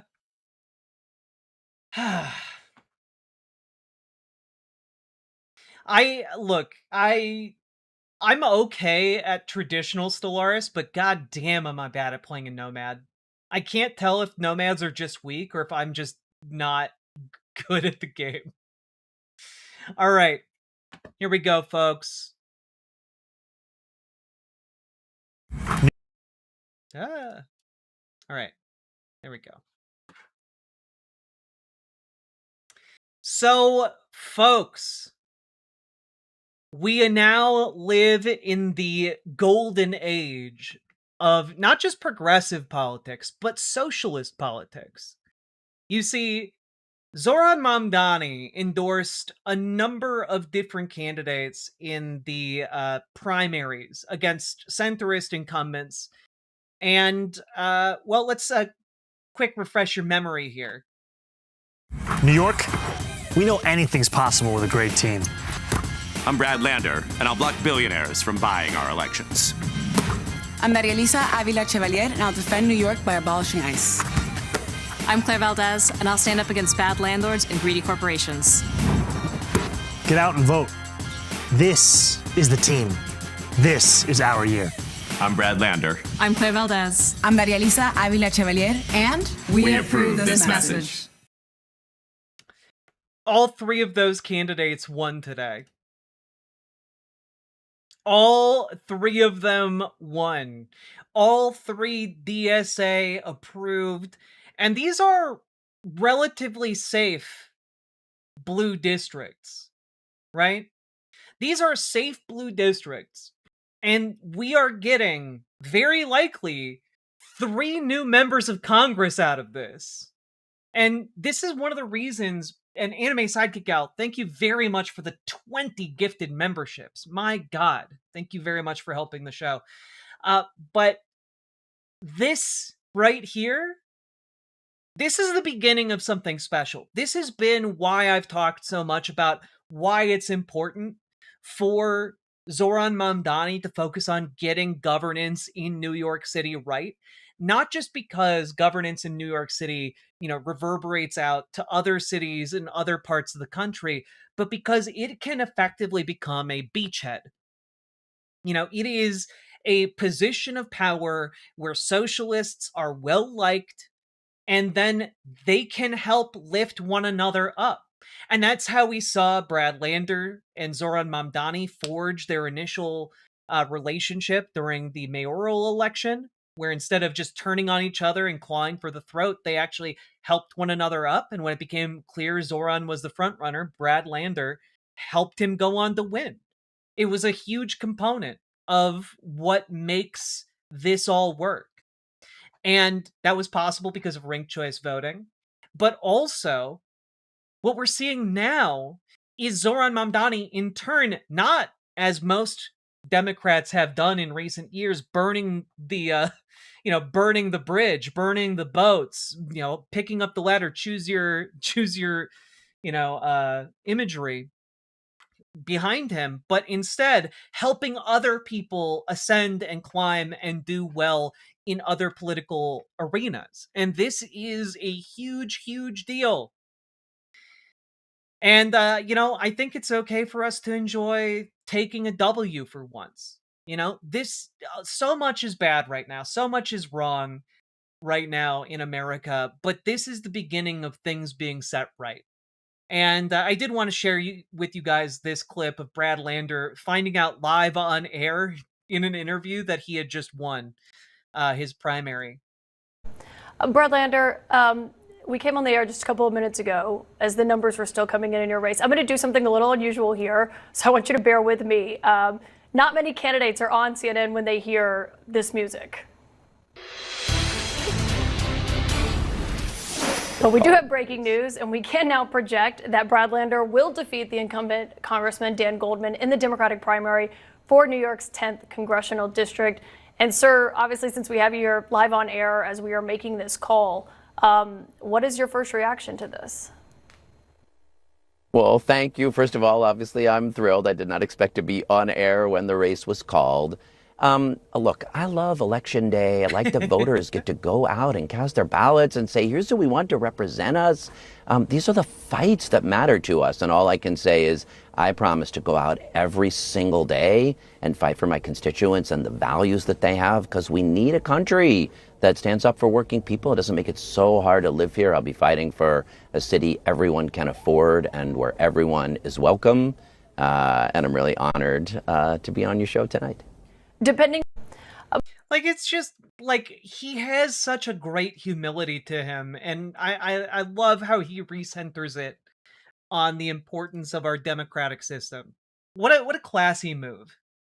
And it is very rare in America for so many different reasons to see an ascendant socialist movement. And it's so cool that we get to see that happen. Because I still remember taking my first steps into learning about what is socialism. You know, you had to go seek out, you had to go read theory. You had to you had to go to meetings. You had to watch Richard Wolff lectures online. You know, you had to do a fair amount of legwork because you would not see elected socialists in the vast majority of America. And it was only maybe like 8 years ago, 10 years ago, that suddenly the Democratic electorate became a lot more interested in what socialism is. And it's really cool that the most popular politician on the left, Alexandria Ocasio-Cortez, is a socialist. She's endorsed by the DSA. Mamdani, one of the most popular political figures in America, and one of the few people to get more popular after elected, is a socialist. And you get people running off of these DSA endorsements and running off of these, and they're winning. This is unprecedented. We have not seen a movement like this come into being since, since the last century, since Eugene Debs. It's really cool to see. You know, maybe we would have gotten it if Martin Luther King Jr. hadn't been assassinated. But we never fully saw the economic end of his dream. And so it's so cool to see this happen. And we are going to just kind of revel in the W for a minute. Let's take a look at Brad Lander's speech, because he gave a victory speech. And I haven't listened to it. I imagine it's worth listening to. Everything that we can save is worth saving. Yeah. Expect more. Yeah. All right. And so now I'm going to turn it over to somebody who needs no introduction. Thank you so much, Mayor.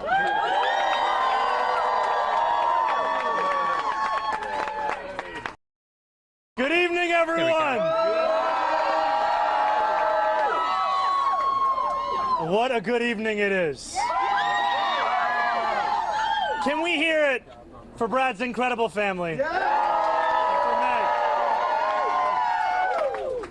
1 year ago, I had the pleasure of standing as your Democratic nominee and of standing next to Brad Lander as that was announced. I've known Brad for some time, first as a colleague, as a friend, and over the course of that race and beyond, as a partner in this work. And I knew then what we all know now, and what many of you all have known for years. Brad brings a kindness to this work. He brings a sincerity to this work. He brings a vision of politics that is more than what we've seen for so long. And when we think about what our country needs, as Meg said, we need an understanding of what Mr. Rogers would talk about all those decades ago. We need a good neighbor. We need someone who will always have our back. And I'm so proud to stand here to describe a friend of mine in the language I've used with hope, and now simply to say it as fact. Please join me in introducing your next Congress member, Brad Lander. Hell yeah, Brad's going to Congress! Let's go!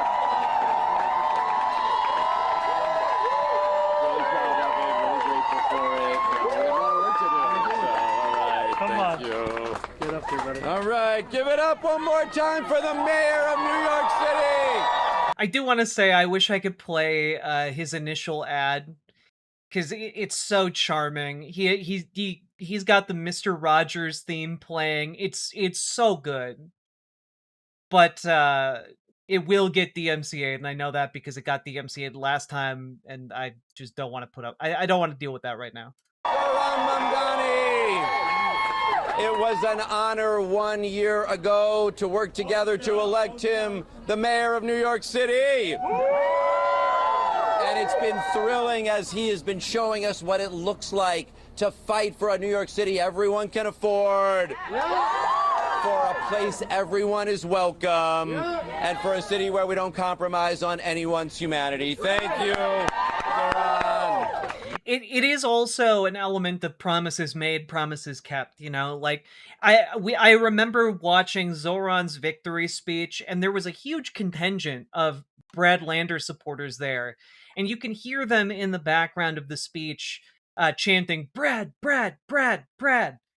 Yeah, I think that chant actually made it into the Jazz Dog song that we play every so often here. It's great. It's great, and now it has come full circle. The loop has been closed. Thank you. Thank you.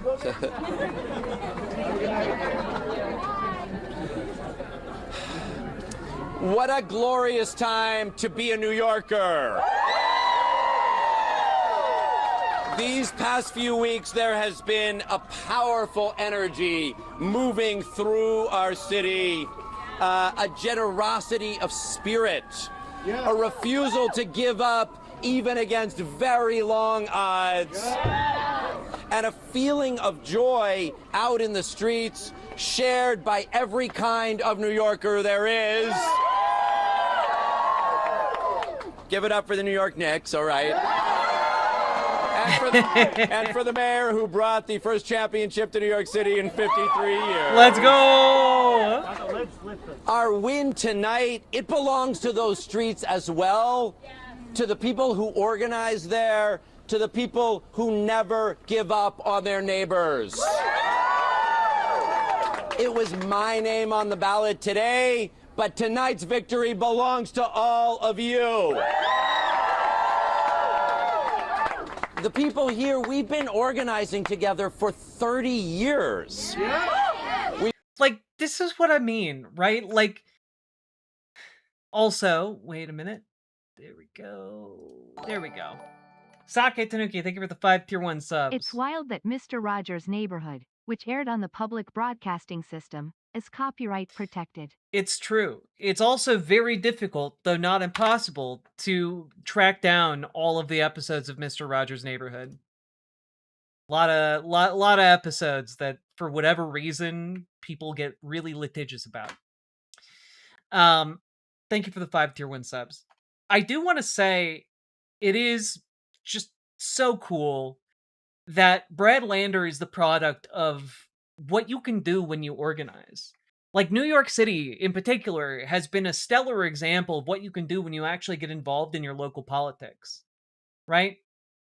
Like, showing up to meetings, working with your neighbors, pushing for agendas that actually help working class people, help the people who live in the area. You can do so much.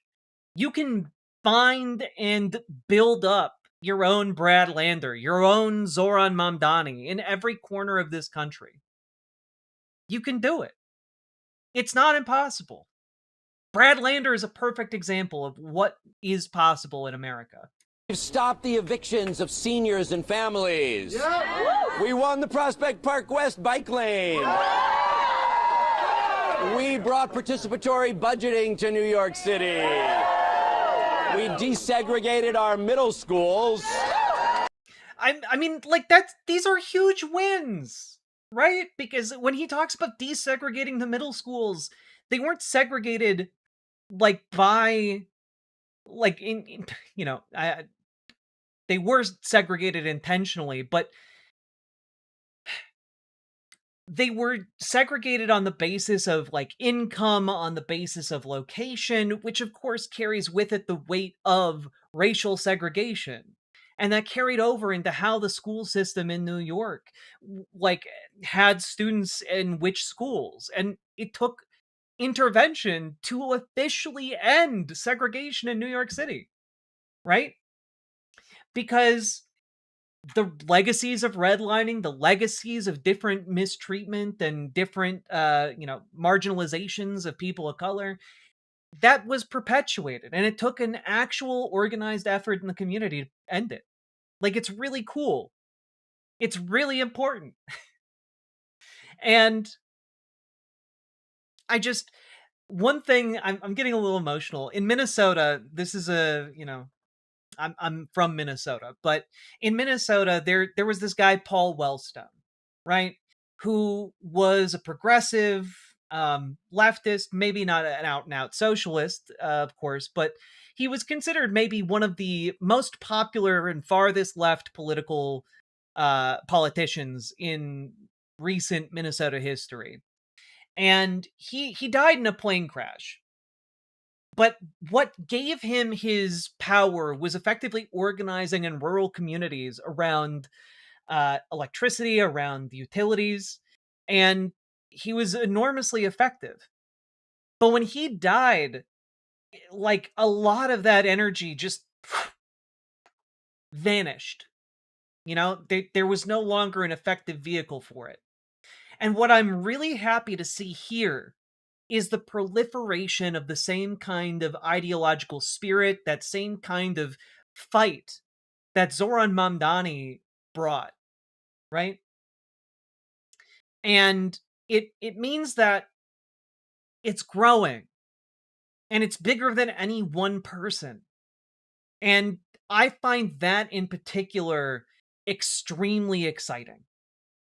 Because for a long time, even, if you look back like 4 years ago, who did you have to look to as a socialist here in America on the national stage? You had Bernie Sanders. And maybe a few babby members of Congress. But it was mostly Bernie Sanders holding that torch and keeping it alive for many, many years. So there's a part of me where I'm like, oh, this is catching fire. This is spreading. This is more real than any one person. And I think that is really magical and cool. And important. We rezoned Gowanus. We won justice for fast food workers and deliveristas and Uber drivers and freelancers. And we are standing up to ICE in our neighborhoods and in our immigration courts. Yes. I will be back at 26 Federal Plaza tomorrow morning.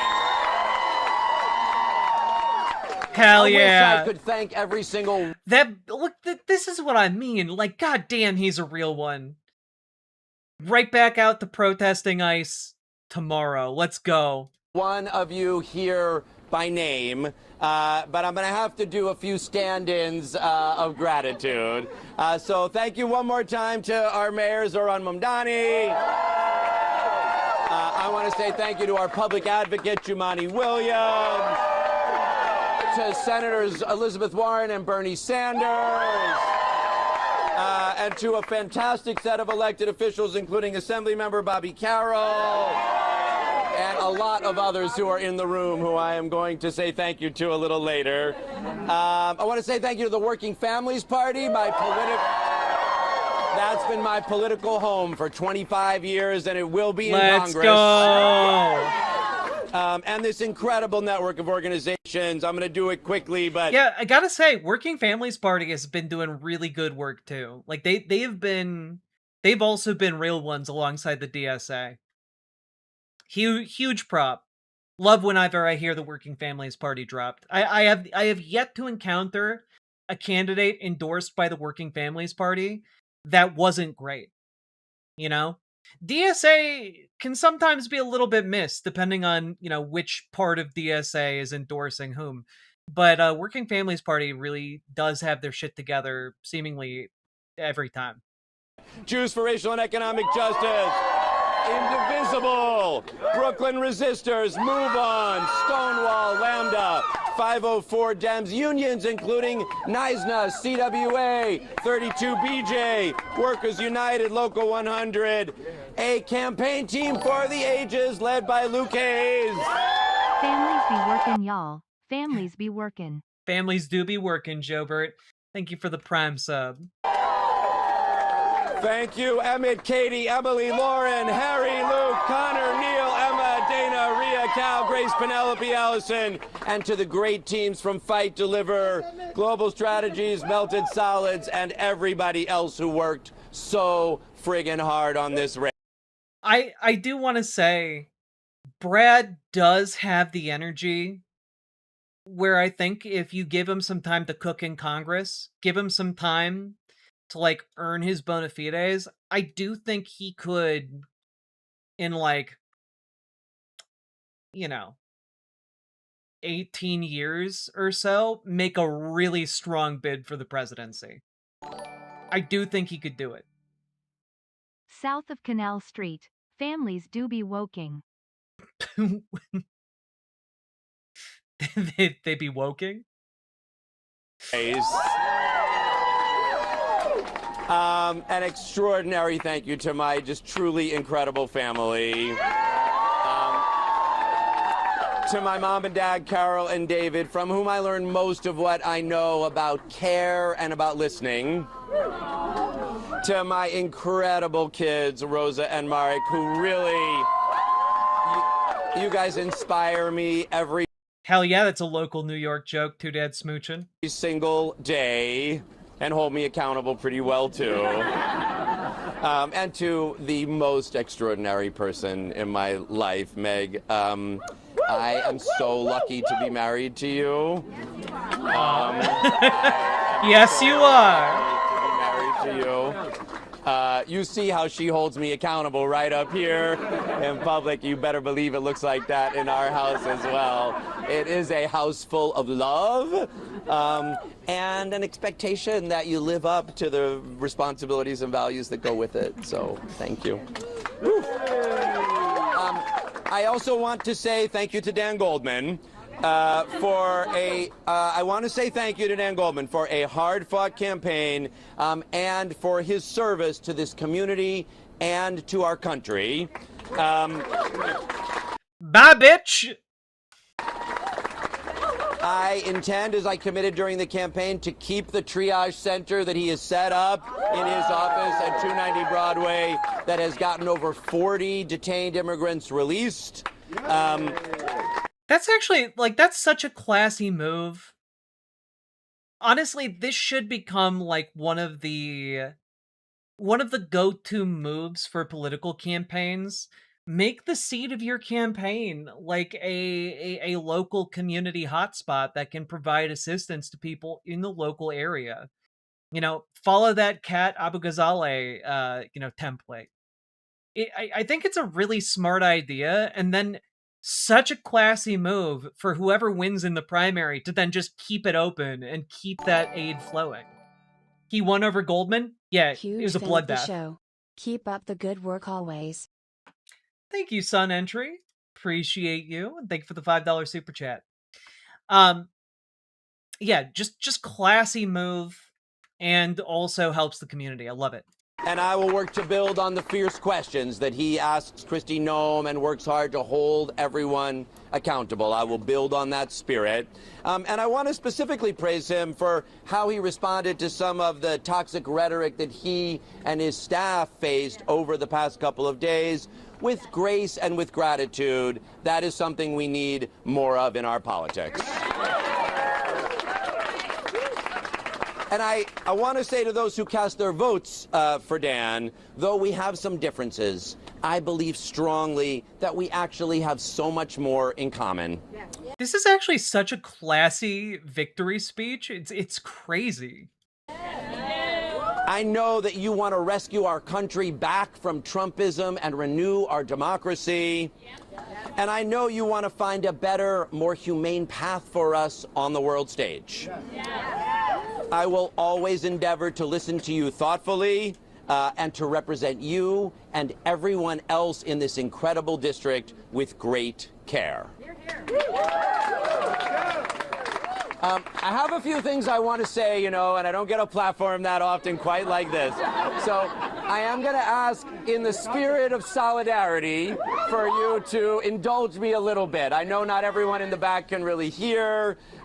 Maybe we'll give you a printed copy of the remarks a little later. But I'm going to ask. I got a few things I want to say tonight. So I'm going to ask for your solidarity to help me do it. Last Thursday, I gave a name to that spirit that has been moving in New York City. I said it was solidarity. I said it was the force we need to vanquish our biggest foes. And I don't mean Wemby and the Spurs. Solidarity is the force that we need to vanquish Trump's fascism, to abolish ICE. Hell yeah. And to stand up to the billionaires who are rigging our economy against us. You know, genuinely, it's such a big deal to get this new blood coming into Congress, willing to say that Donald Trump is a fascist, willing to say abolish ICE, willing to actually do things that are politically a bit risky. You know, when you take a big swing at something like abolishing ICE, that's a big deal. But we need politicians that are willing to take those big swings, because it's going to take a lot of big swings to get us back on track after this fascist administration is long gone, you know? This campaign here was born out of solidarity. Now, solidarity is not the same as unity. Unity means we already agree. Solidarity means we do the work to build bridges even across significant differences. That's what we did last year when we joined together to defeat Andrew Cuomo and elect Zohran Mamdani Hell yeah. as the mayor of New York City. All right, I'm going to also add one thank you that I thought I had in a great list of unions before, but we could not have won this race without the United Auto Workers region. And fighting union who shows an awful lot of solidarity and was there last year when we defeated Andrew Cuomo and elected Zohran Mamdani as mayor. We proved then politics doesn't have to be a cage match. Politics can be a team sport in pursuit of the values we share. Which I think that's true when it comes to, you know, this is the right speech and the right tone to set when you're winning a primary. If you were going into the general election against a substantial opponent, you might need to throw some punches, because when it comes to fighting a fascist, you need to go for the jugular, and you need to be willing to street fight, you know, over your politics. And like, I mean that like in the political sense, of course, not literal street fighting. Hopefully it does not come to that. But I think Brad is nailing the tone that you need when you're talking about, you know, people who largely agree within the Democratic Party. Because keep in mind, even centrist voters right now are so angry. They were out there saying things that I would never be allowed to say on this live stream because my show would be taken down in a heartbeat. All right. You've got you know, Ethel Normie Lib out there, you know, talking about the French Revolution shit. And I'm over here being like, whoa, chill out a little bit, Ethel. All right? But this is the kind of language you need to bring in the Ethel Normie Libs, or Evelyn Normie Libs, and meld them with DSA and more progressive leftist voters. And that kind of an alliance only benefits people on the left. Bringing in those voters is vitally important, because the goal is to move those voters further left. And when you open the door for them in this way, like Brad is doing here, it actually helps make more leftists happen. We ran this campaign also like a team sport, because you need a team when you're up against bullies and billionaires. And that's what I intend to do in Congress. Our team of progressive champions is growing tonight. It's been growing in recent months, beginning with that election of Ana Lilia Mejia in New Jersey and continuing to tonight. Congratulations to Claire Valdez on her victory. And I believe it will continue to grow in the months ahead. Now, when you're insurgents, You spend a lot of time criticizing. That's just the nature of a primary. But coming out of a primary, our job is to do two things, and they are slightly different from Meg's two things. Our job is to do two. You people can't even reason. You go straight to violence.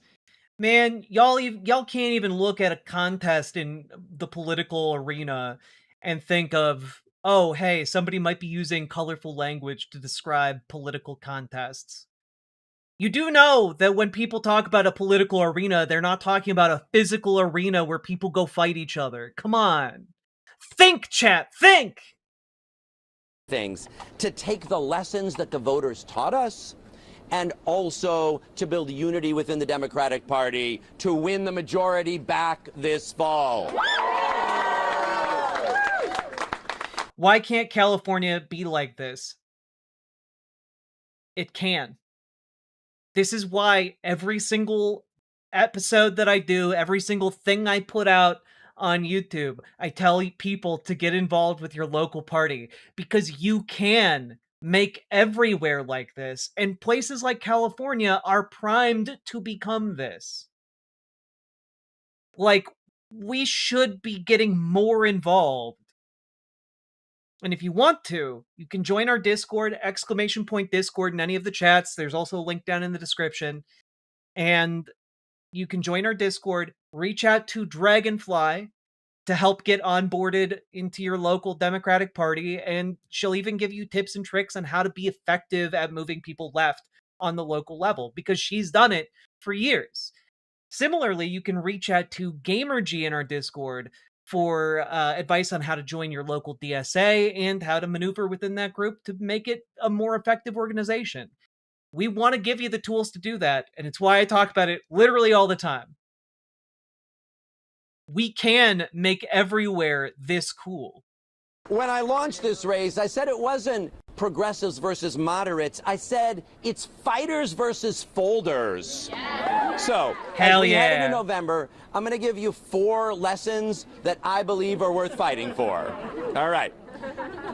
First, we have to fight hard and visibly against a system the American people have already concluded is rigged. And the clearest evidence of that rigging is corporate money in our elections. Yep. Democratic voters with these votes tonight are sending a strong message. It is time for the Democratic Party to walk away from corporate PAC money. Hell yeah. And Citizens United, baby. Away from PACs funded by Wall Street and crypto and AI and APAC. People can see through this. They've been seeing through it for a long time already. We can only stand. Okay, Shadow Kuro, glad you're enjoying my stream for the first time. Now, I did jokingly suggest the other day that politics should involve, political debates should involve each candidate being able to just full force punch the other candidate. And then other people pointed out that it would only be fair if they all did it at the same time. So I do think that there is, I think it would be very funny if that was a component of our political system. After all of the rhetoric, you get one punch, you get one freebie. I don't actually think we should do that, just to be clear for anyone who can't take a joke, but it would be very funny. Stand up and fight the corruption of Trump and his cronies if we make the line just as sharp and clear as it actually is. Second, we have to focus relentlessly on delivering for working families on the things that matter most in their lives. Hell yeah. Housing and health care and child care and a job that pays enough to live a decent life in this expensive city. Heading into this fall, Democrats have to show people clearly what we're fighting for, not just what we're fighting against. That was such an important part of Zoran's campaign and has been an important part of his first 6 months in office. So here's a proposal for Democratic unity. One of the best things that Democrats did last year was to turn the government shutdown into a fight over health care subsidies. Let's do that again, But this time, let's hold strong all the way to the end. Let's do it! Brad! Let's go! Brad coming out here. Like, the best part about Brad Lander is he's, like, maybe one of the most mild-mannered seeming men on the planet. Like, just the chillest dude you could possibly know. But then he's out there being like, yeah, and I think we should shut the entire government down until, we get healthcare back. And he just says it matter of fact, like it's the most obvious thing in the world. When there are Democrats who've been in office for like 30 years, 40 years, who are terrified to say even remotely the same thing. He says it like it's nothing. It's like watching Arthur Pendragon draw the sword from the stone like it ain't no thing. You know? Be clear together that Democrats will only vote for a budget that restores healthcare subsidies on the exchanges and to Medicare and to Medicaid, and let people know this is the party that fights for the things that matter for you. Third, we cannot compromise on anyone's humanity. This one should be straightforward. But alas, it sure doesn't feel that way right now. Democrats are painfully divided by our differences over the U.S. relationship to Israel and Palestine. Compliment. He does. He has big Kermit energy. And that is a big compliment. Brad Lander would be right at home as a character on Sesame Street. 1000%.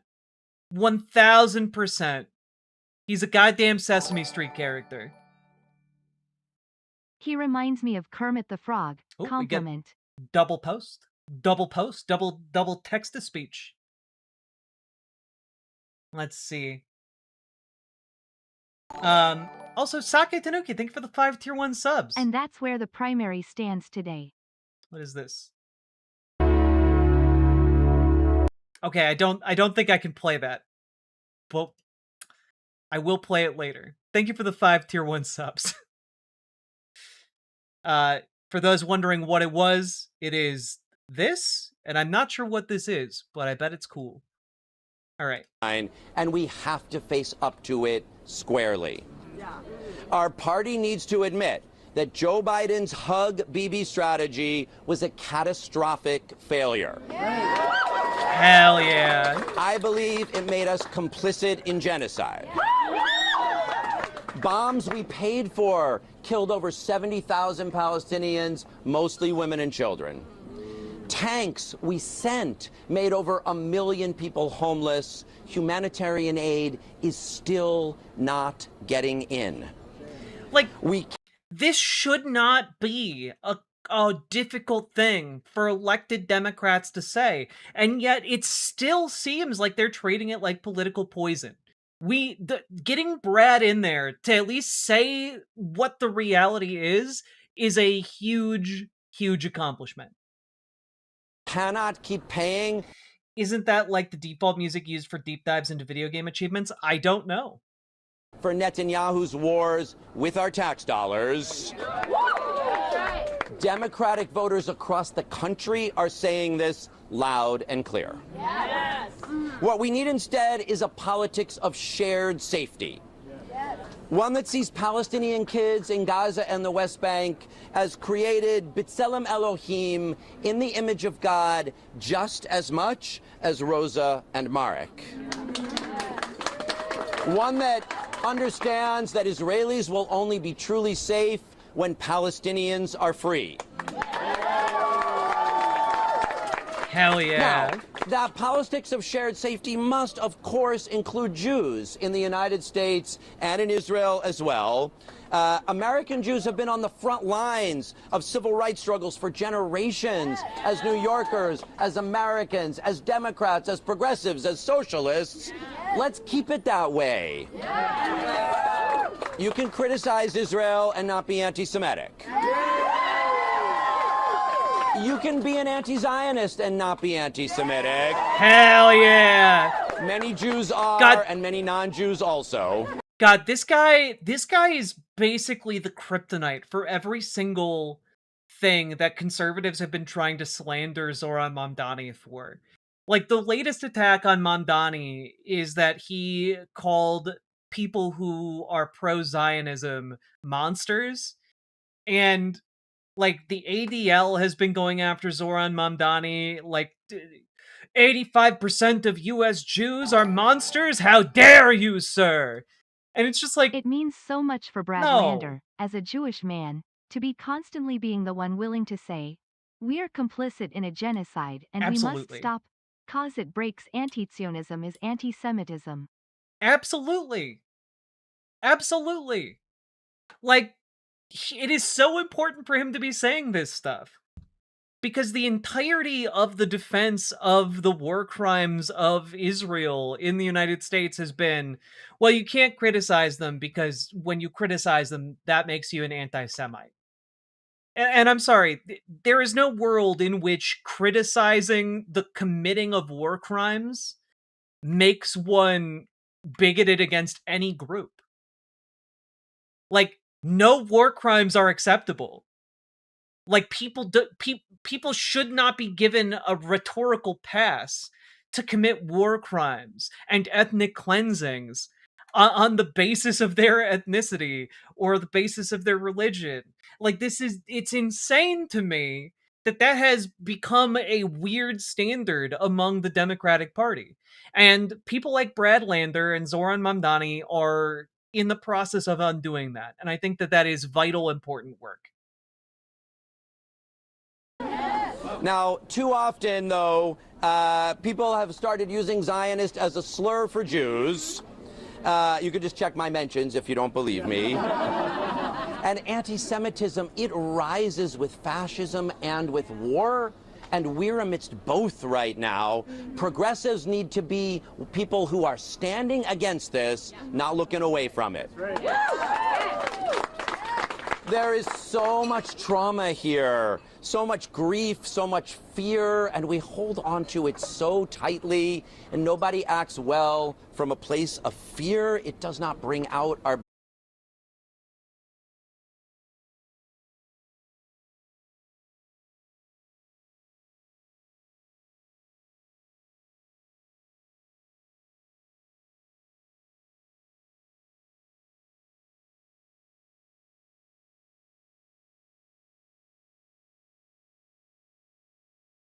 Are the streams in the proper places? Is vert chat vertical? Is horizontal chat horizontal? I am truly sorry about the tech issues. I might need to roll back whatever version of streaming software I'm on, because whatever's happening right now is insane. Horizontal chat's all good? Alright, cool. Alright. Well, that sucks. We lost like a solid 400 people watching. Dag nabbit. Well, we soldier on. Shadow Kuro, thank you for subscribing. Appreciate you in these trying times. All right.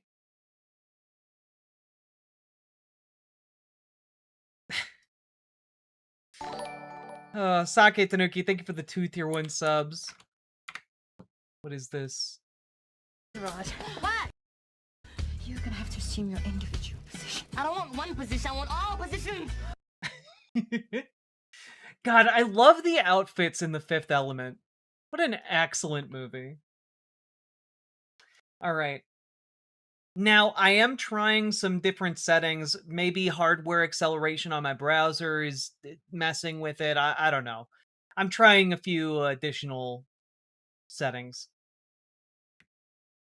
I should make the switch over to OBS at some point, but I haven't yet. I'm reticent to do so because everything's so nicely plugged in over on XSplit. TaffyBot, thank you for being a member. Appreciate you as well. Sage is the only solution? It really does seem like that.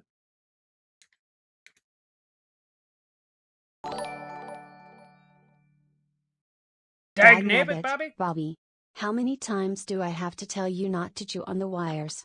Hell yeah, Megan Fox's giant boobs. Thank you for the $5 super chat. And Anime Sidekick Gal, thank you so much for the 10 gifted memberships. My God, y'all. Thank you so goddamn much. Let's go. Yeah, do refresh if it is not, if your stream is still frozen, refresh. It seems to be good everywhere else, but it might have gotten fucked up on your end of things. Sorry about that.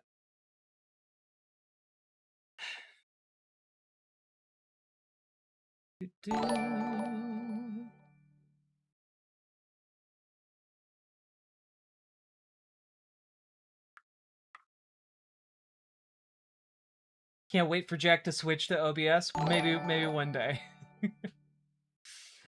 This is a good argument for it though. Anime Sidekick Gal, thank you for the $5 super chat. A few extra memberships to make up for the frustrating tech issues. I do very much appreciate it. All right. Are you guys ready? Are you guys ready to do the things? Yeah.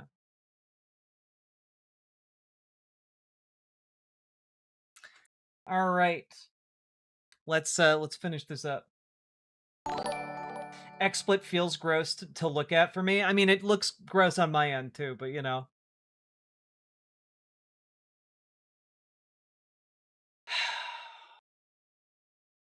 Just taking a moment before we get into the back into this. There we go. I forgot the point that I was trying to make when we suddenly lost the streaming software. So, you know, it is what it is. Also, Sake Tanuki, thank you for the 2 tier 1 subs, and Comrade Girl 2018, thank you for the 3 tier 1 subs. Appreciate you both. Thank you so much.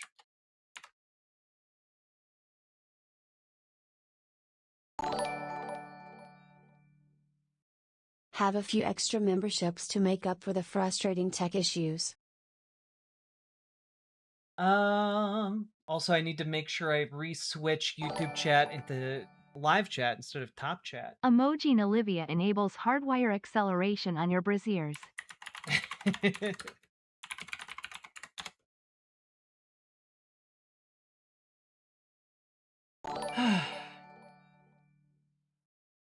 I hope this helps for the software. Also, when did Brad become a socialist? I'm actually surprised. Well, so I don't think Brad Lander is a socialist per se, but that being said, he's close enough to one and willing to work with socialists enough that, like, I think it's a useful coalition. They're going to be painted with the same brush anyway, and so looking at how they navigate and how they exist in the political landscape is important. Next time a tech issue happens, I will assume it's a cyber attack from Israel. Eyes emoji. Yes. It's it's the Israeli feds. They're after me. 2D Synctium, thank you for the $50 super chat. Very much appreciate the support. All right. Yeah, sock dem versus a dem sock, exactly. And let me be clear, I do think we could win Brad Lander over to socialism, but I think for the moment, when we're talking about the rising coalition on the left, the exact labels that they're attaching to themselves, I find less important than their actual positions. Kind of like how Sam Cedar doesn't give himself a label, but a lot of people are like, hey, you're some flavor of socialist. You know? Mossad. All right. Let's keep on going. Yeah, I think Brad is a great candidate to basically show you can be anti-Zionist and also, like, Jewish and pro-Jewish people. Like, I think this is something that he does a really good job of exemplifying in his race. It rises with fascism and with war, and we're amidst both right now. Progressives need to be people who are standing against this, not looking away from it. There is so much trauma here, so much grief, so much fear, and we hold on to it so tightly, and nobody acts well from a place of fear. It does not bring out our best selves. But we have an opportunity in this moment, a responsibility to insist on everyone's humanity all the way down. Hell yeah. Last week at a synagogue in Brooklyn, I met 3 Israelis who do something called protective presence in the West Bank. They put their bodies on the line between their Palestinian neighbors and settlers who are trying to drive them from their homes, and in some cases, kill them. Now, the Palestinians they work alongside, they couldn't come to Brooklyn because they can't get a visa. But you know what? They do this work together anyway because they know their fates are bound up together. In Congress, I will try to carry a fraction of the courage that those folks carry. I will be one of the Jewish members of Congress most willing to stand up loud for Palestinian human rights, freedom, and dignity. Hell yeah! And I will stand firmly against bigotry aimed at Jews as well. That's not 2 different jobs, that's the same job. And of course, that's the job that Rabbi Hillel gave us 2,000 years ago. Im ein ani li mili, if I am not for myself, who will be for me? Uksha'ani la'atzmi ma'ani, but if I am for myself only, what am I? V'im lo achshav ematai, and if not now, when? God, I put love this him. another way, and that brings me to my 4th and final lesson. Bimakom she'en anashim lehishtareh lehiyot ish. In a place where no one is acting like a human being, try to be a human being. Because that is exactly the moment that we're living in right now. On one side, our empathy is being hacked by a fascism that needs someone to blame. Immigrants, trans kids, women. For problems it has no intention of solving. And on the other side, algorithmic social media and AI are coming for something quieter, but just as real, our attention, our judgment, our capacity to sit with each other's complexities instead of optimizing it all away. So here's the 4th idea I think Democrats should run with this fall. Not just a platform. I do have to say, I do take pleasure in knowing that tomorrow, everyone that works at the Daily Wire is going to be furiously recording enraged pieces and screeds against the socialists who've been elected in New York. And it's gonna be it's gonna be funny. Like, they're just so upset about this mild-mannered man getting elected whose main position is, golly gee, what if we treated each other like neighbors? What if we actually put some funds together and made sure our neighbors were housed and made sure there was food on their tables? And made sure people could get health care? Golly gee, wouldn't that be a swell society? Anyway, I'm going to get on my tandem bicycle now with my good friend Zoran Mamdani, and we're gonna go on a lovely little bicycle ride and have a picnic in the park. Bye! And like, meanwhile, Ben Shapiro's just like, I can't believe this guy. He's gonna turn it into some kind of socialist hellscape. The red apple, more like the moldy apple. Got him. Did he just say, Democrats? That's truly, truly, truly, truly outrageous. Well, I would give you props for that Tarek reference, but then I'd have to admit the truth, which is that Mordekaiser es numero uno. Wait. But a spirit. Let's call it a new humanism. One built for this moment. A new humanism, you say? Like a socialism? When the loudest forces in our politics and our technology both seem to have an interest in making us less human rather than more human. A new humanism doesn't ask what's efficient, it asks what's worthy of us. A new humanism says dignity isn't a value you balance against other values, it's the floor everything else stands on. It says joy is not a luxury for having after the fight is won. Wait, Jack didn't watch Gem and the Holograms? What face? Wait, did Gem? I didn't watch Gem and the Holograms. I know the truly outrageous line as a voice line from Tarek from League of Legends. I didn't know it was a reference to Gem and the Holograms. That's my own personal failing that I'll never live down. Joy is part of how we win it.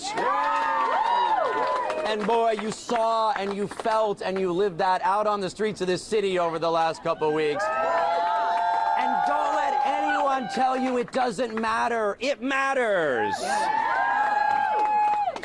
And that new humanism says purpose comes not from being right by yourself. It comes from being bound up with other people, all other people, including ones that an algorithm or an administration tells you you can ignore.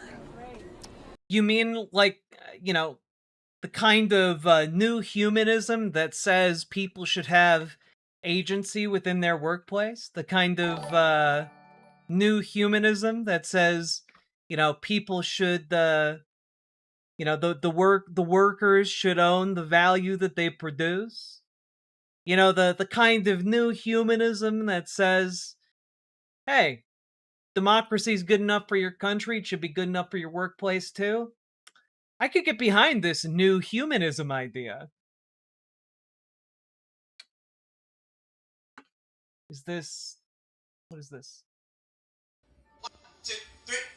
Gem is excitement. Ooh, gem is adventure. Ooh, gathering glitter, fashion and fame. Gem is truly outrageous. Truly outrageous. Whoa, gem, the music's contagious. Outrageous. Gem is my name, no one else is the same. Gem is... Okay, we can't watch the entire thing. I'm sure that's gonna get... I'm sure I'm gonna have to clip that out of the final copy. But, do have to say, Gem and the Holograms animation, at least in the opener, way better than one would ever expect. Pope Leo, in his recent encyclical on AI, made a version of this same case. And you don't have to share his faith to recognize the instinct that there is something in us. Call it soul, call it dignity, call it whatever you want, that neither a fascist nor an AI can take away from us. Hell yeah. That is the spirit that has been moving through New York City over the past few weeks. That is the spirit we've been fighting together for the past 30 years. That's the spirit we built this campaign on. And that is the spirit that I will carry into the United States Congress. Let's go! Thank you all very much. You've been incredible. Let's have a party. God, I love... his energy is just so good. And here he is partying.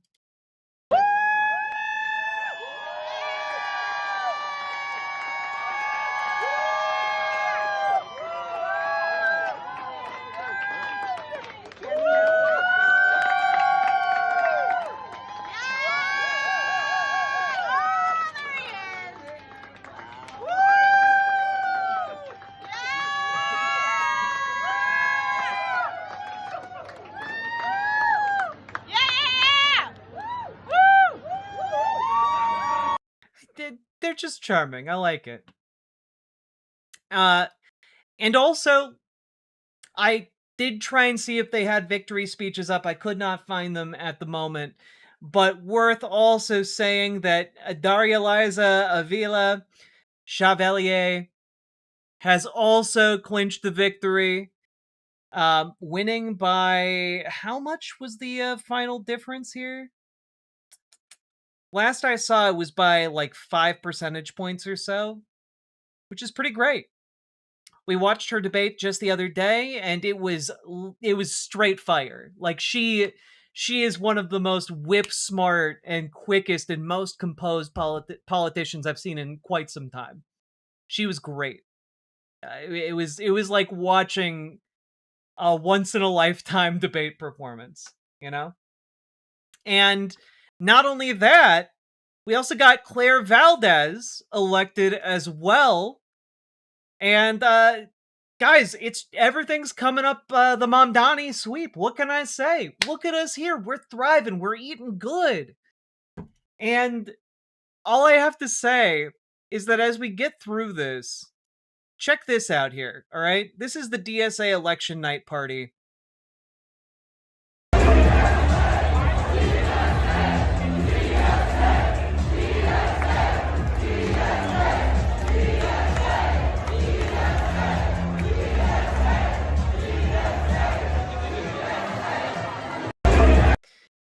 Like, DSA is fucking killing it. Also, the DJ at that party you just saw, Chelsea Manning. Because, hell yeah, of course. And last but not least, I do want to remind you guys of this particular Axios article as we add potentially 3 new members to Congress, specifically the House of Representatives. Jeffries faces growing threat of 2027 rebellion. And this was from March. Like, if anything, Hakeem Jeffries is in for a very rough 2027 and potentially an even rougher 2028. It's some good stuff here. Hakeem Jeffries, for a very long time, seems to have been treated as if he's like impervious to any kind of political pressure. Party surrogate strategy works. This is how we win. Absolutely. Like, I think that he genuinely is gonna have to fight to, like, remain majority leader if he makes it that far. And, like, I don't know, I'm excited to see him squirm a bit. Because especially with New York increasingly going towards the Zoran Mamdani end of things, his own position in power is kind of dependent on the Chuck Schumer wing of the party. And the second that no longer is the case, like the second that Chuck Schumer wing buckles and breaks, he's gonna have very little wiggle room to reposition himself as a, you know, lefty progressive candidate. So I'm excited to see how that all goes down. Anything that makes the establishment quiver in their boots, I think, is a net win for us. So, all that being said, folks, we finally made it through multiple tech issues and all. We did it. Hit that like button, hit that subscribe button, leave a comment. Let me know what you think about this massive Mamdani sweep. And in the comments, of course. And also, join your local Dems, join your local DSA. Join our Discord, reach out to Dragonfly for help with your local Dems, reach out to GamerG for help with your local DSA. We just need people to show up. Showing up, organizing, that is the majority of the work, all right?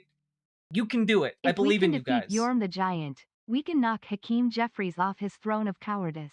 That's true. Love the Dark Souls 3 reference. Let's go.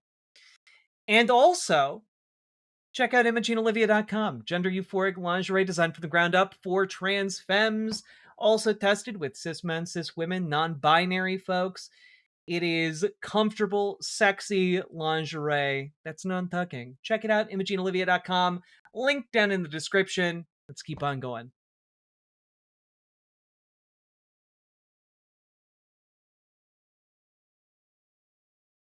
Whew. My God. A better future is possible.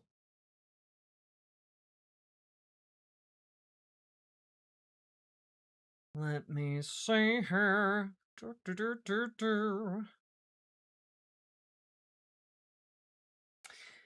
Oh, that's right. Click the goddamn button.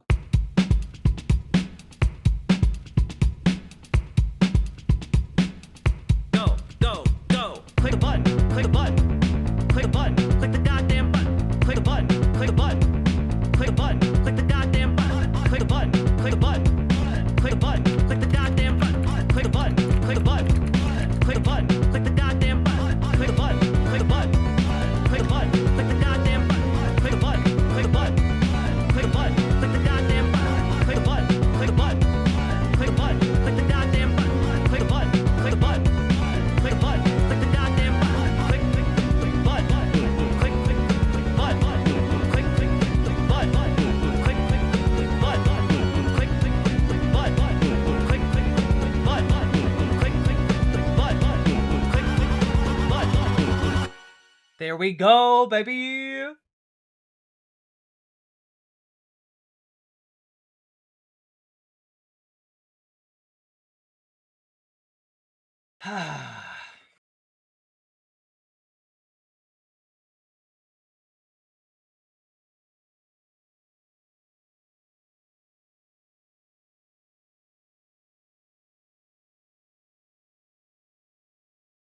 Off to bed. Good night, Abyssal List. Thank you for the $5 dono. All right. We did it. We are at a breaking. All right. Let's talk about the swamp. I think it's time to talk about the swamp. And I think that will be our next session.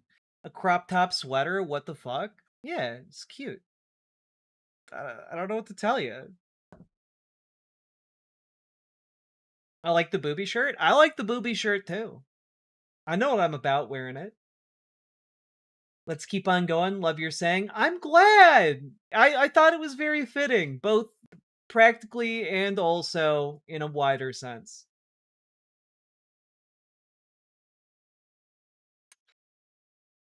Is Trump finally going to drain the swamp? I mean, maybe.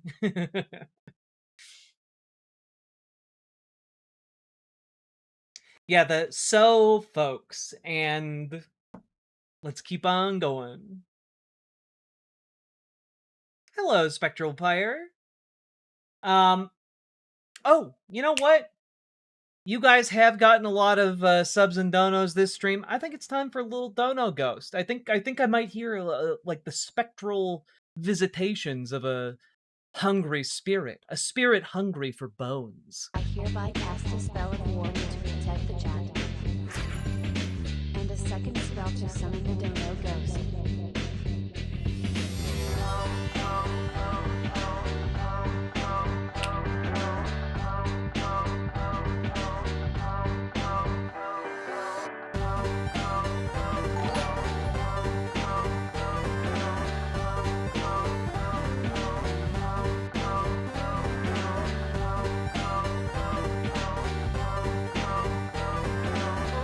How to be epic, thank you.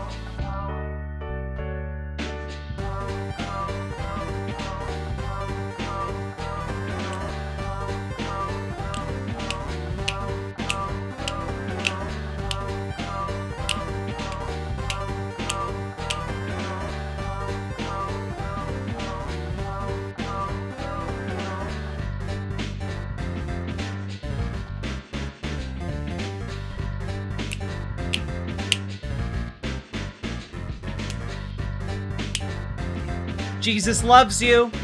He's waiting with a 12-pack of Yahweh juice. The energy drink that the Holy Spirit craves. Almost as much as the Dono Ghost craves my bones.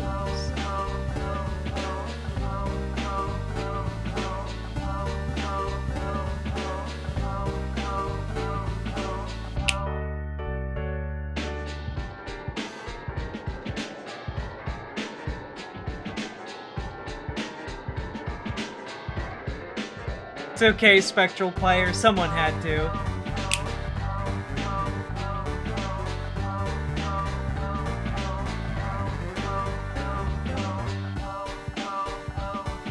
Water to wine? No. Water to energy.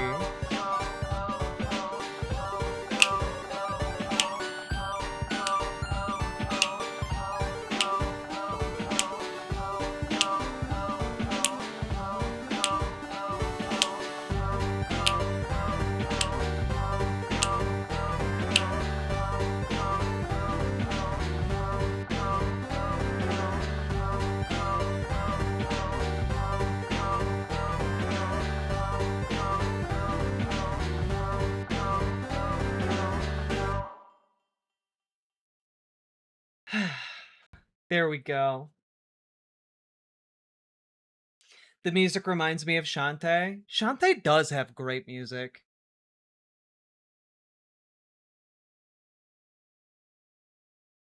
All right.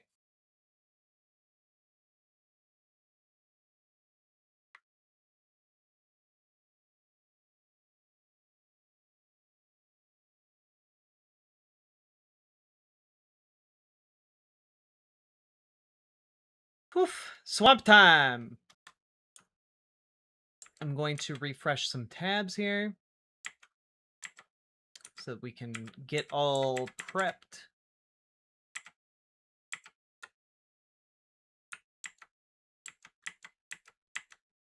There we go. Oof. Well, that's not where we want that to be. Let's fix that real quick. There we go. This is for the awesome dance and amazing wear. Heart emoji. Thank you very much, Christians Against Dinosaurs. Thank you for the €5. Appreciate you. Where is this?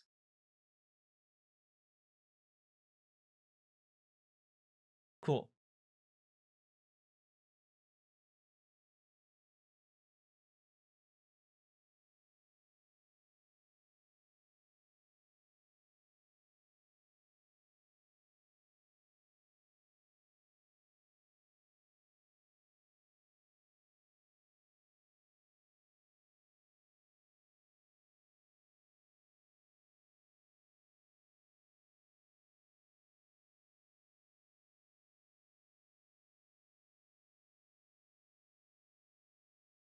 Poof.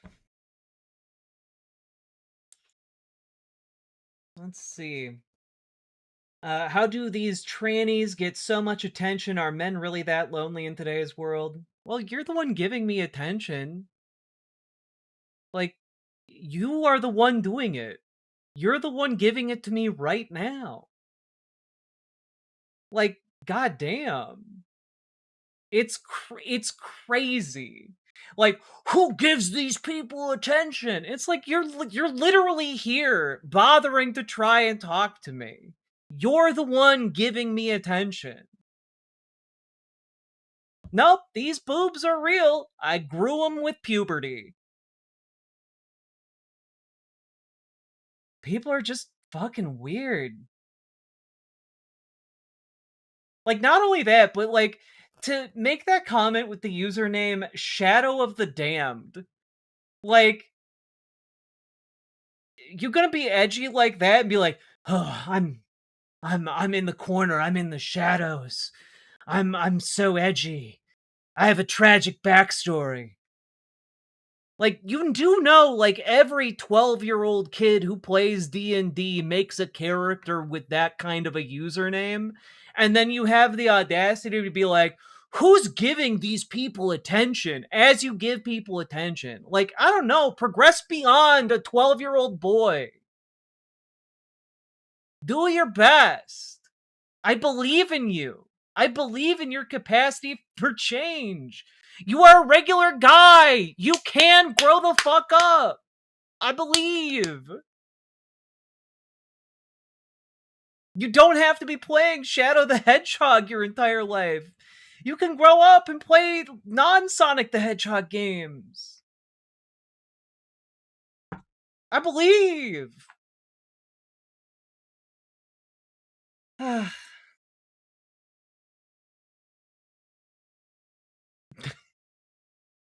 Nothing personnel, kid.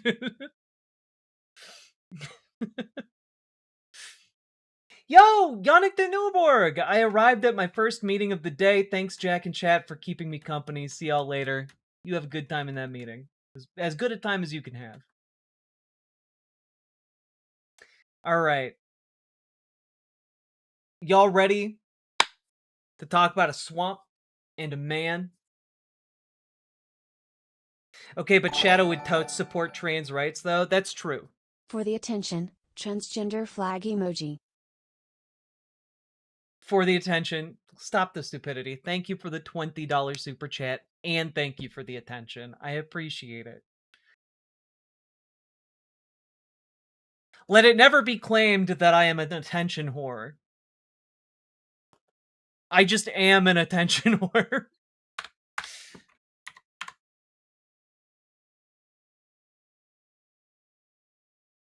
Why is God to blame for stupid people? Well, I mean, presumably God would have made the stupid people.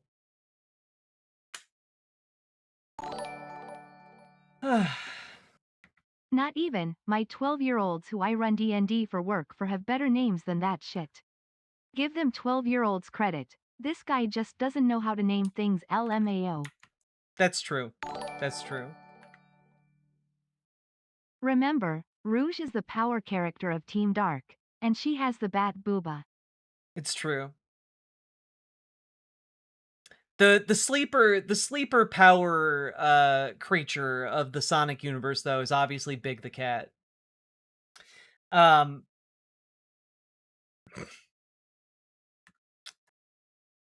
Yeah, also 12-year-olds do wind up coming up with great names. That's true.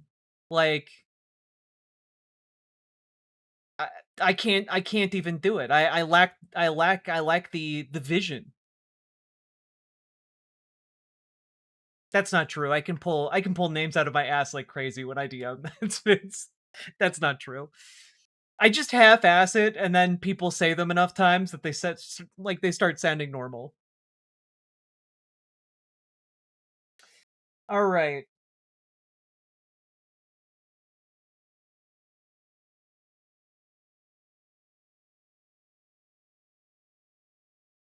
Big the Cat is the Jar Jar Binks of the Sonic universe. Yeah, but the guy who played Big the Cat in the video game didn't have his life destroyed.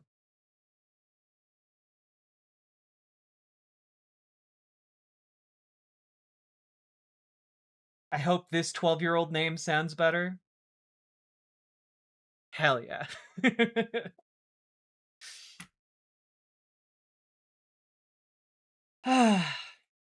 All right. Let's do this thing. Swamp time, baby. Chill out, folks. He probably is still coming to terms with the fact Sega no longer makes good Sonic games. Transgender flag emoji. Ooh. That's true. That's why the mod the mod community has to be the ones to put together the truly good Sonic games these days. All right.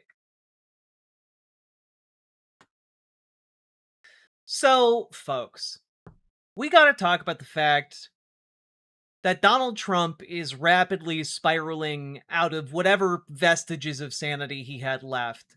And it's not subtle. Like, for example, there was a recent appearance that he made in front of all kinds of cameras, in front of reporters, in front of, his cabinet, where he just straight up admits to illegal behavior. And he doesn't even really understand that he's doing it. There aren't too many. IBM CEO Arvind Krishna, who's a great man, who's a really great job. What a great job. What a job you've done. I used to have that stock when it was much, much lower. I brilliantly sold it when I became president. That was not a good move.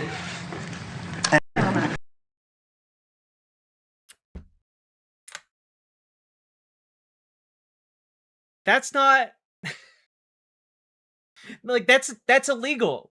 What you're talking about. You sold it when you became president. You profited off of stock trading as president. That's illegal.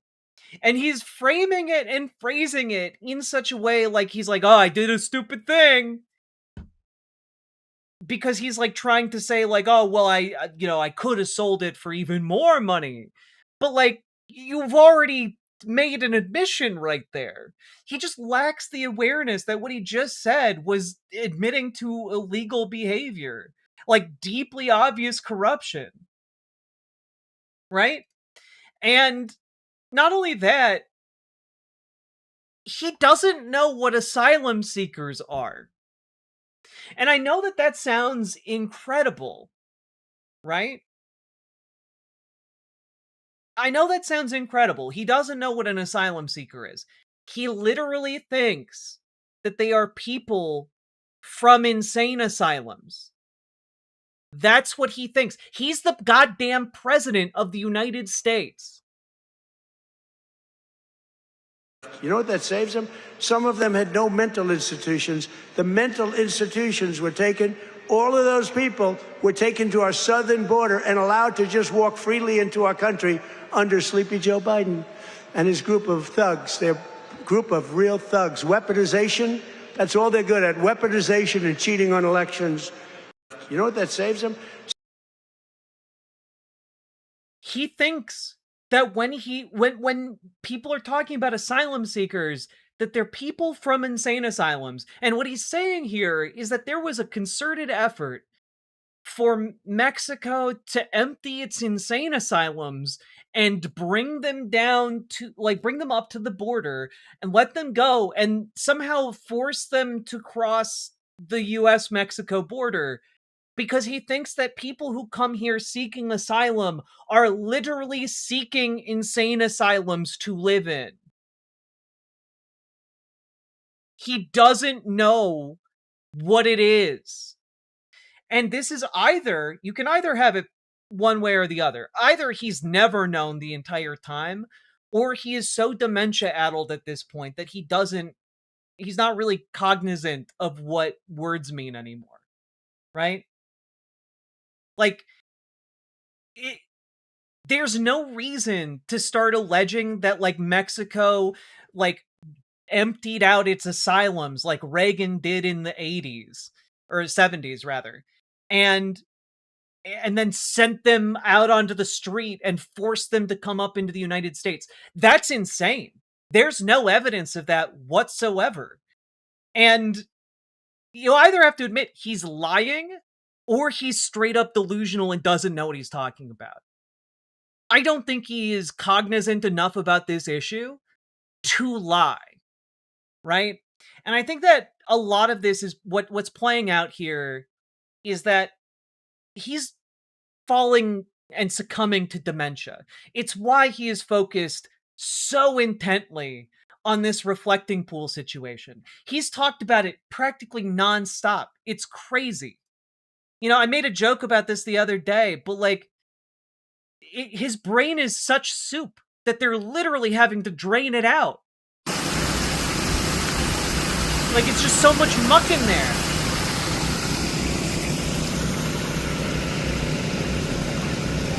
Because they're needing to, like, get rid of all the scum on this pond that has cost $14 million. We need like a Watergate scale, like how many Watergates a scandal is. Is this worth 47 Watergates or 86 Watergates? Genuinely, I mean, it's lost all meaning. Like, we've been successfully gish-galloped as a nation into, like, just simply throwing up our hands and saying, fuck it, I guess. But this guy had the best pool guy around. And for $14 million, so that's he why could do Tim it. wears foil beneath the beanie, for reflecting pool. I see what you did there, Sake Tanuki. Thank you for the 5 tier 1 subs. But this pool that he had redone for 14 million of your tax dollars, they put blue. They painted the entire bottom of it blue. And you might be thinking to yourself, well, what's the problem with that? You just want it to look more blue, right? Part of the reason you don't do that when you're building a pool that's open to the environment in a swamp is because darker colors absorb more sunlight and thus emit more heat, right? It's why on a hot day you want to be wearing light colors and not dark colors. And when you're talking about heat in a pool, more heat means more likely algae blooms, which is exactly what happened. He made an executive decision and successfully fucked up his own pool.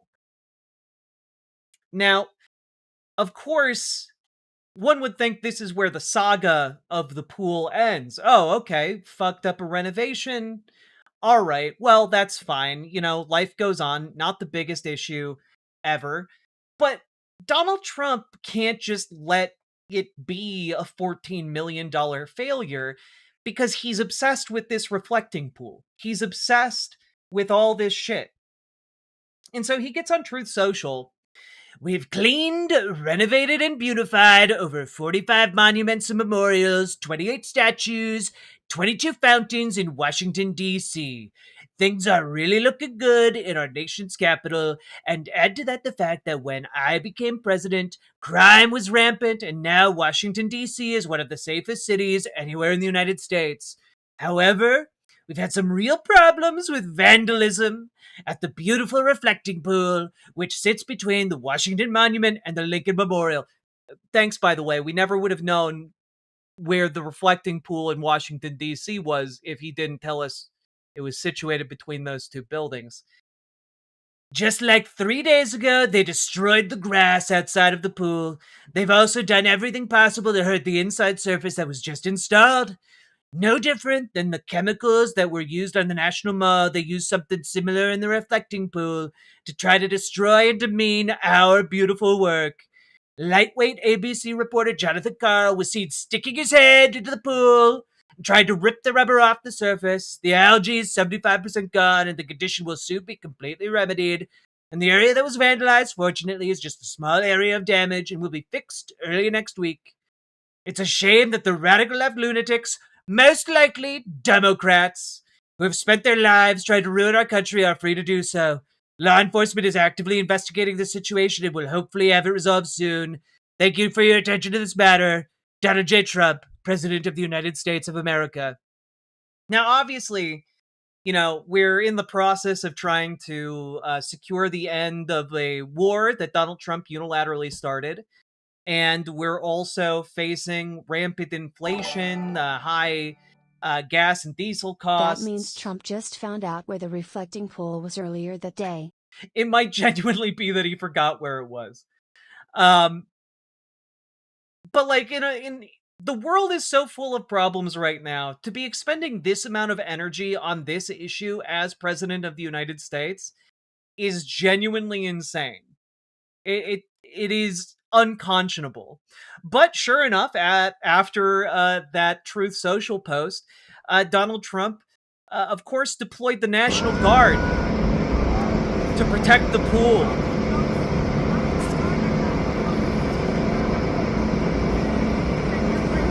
You know, because the National Guard doesn't have anything better to do than to patrol a fucking pool. Like, this is ridiculous. Your taxpayer dollars go to pay for these military patrols because Donald Trump imagines vandals sabotaged his pool and that's why there's algae there. I'm throwing this out there because many people just might not know it. Washington, D.C. is built into a swamp. The reflecting pool was built on land that used to be a swamp. One of the reasons under Obama they had to renovate it was because it was sinking into the swamp. They had to go down and drill new foundation pylons underneath the reflecting pool, which is why it cost so much. We're not seeing renovations on that scale. I don't know why it costs $14 million to do what they're doing right now. But when we're looking at what is happening here, like, it's not the work of vandals. Vandals aren't putting algae into the pool. It's built into a swamp.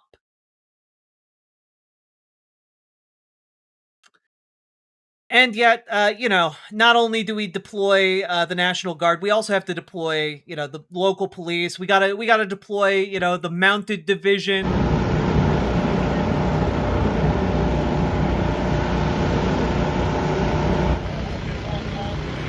It's so cool. Let's see, 1, 2, 3, 4, 5, 6, 7, 8. In just this frame alone, we have 8 police officers and National Guardsmen all standing around doing jack shit because one guy put his hand in the pool. They're getting paid to do that with your tax dollars. They're getting paid to stand around like a bunch of jackasses doing nothing next to a pool for no reason. It's insane horse shit. And now we're literally talking about horse shit because that horse is walking around shitting on the National Mall. The resolution in this video isn't quite good enough, but I think that might literally be a pile of horse shit right there.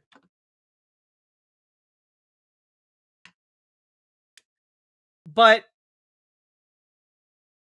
like, we've gotten to the point where Donald Trump is having people arrested by police and National Guardsmen for putting their hands into the reflecting pool.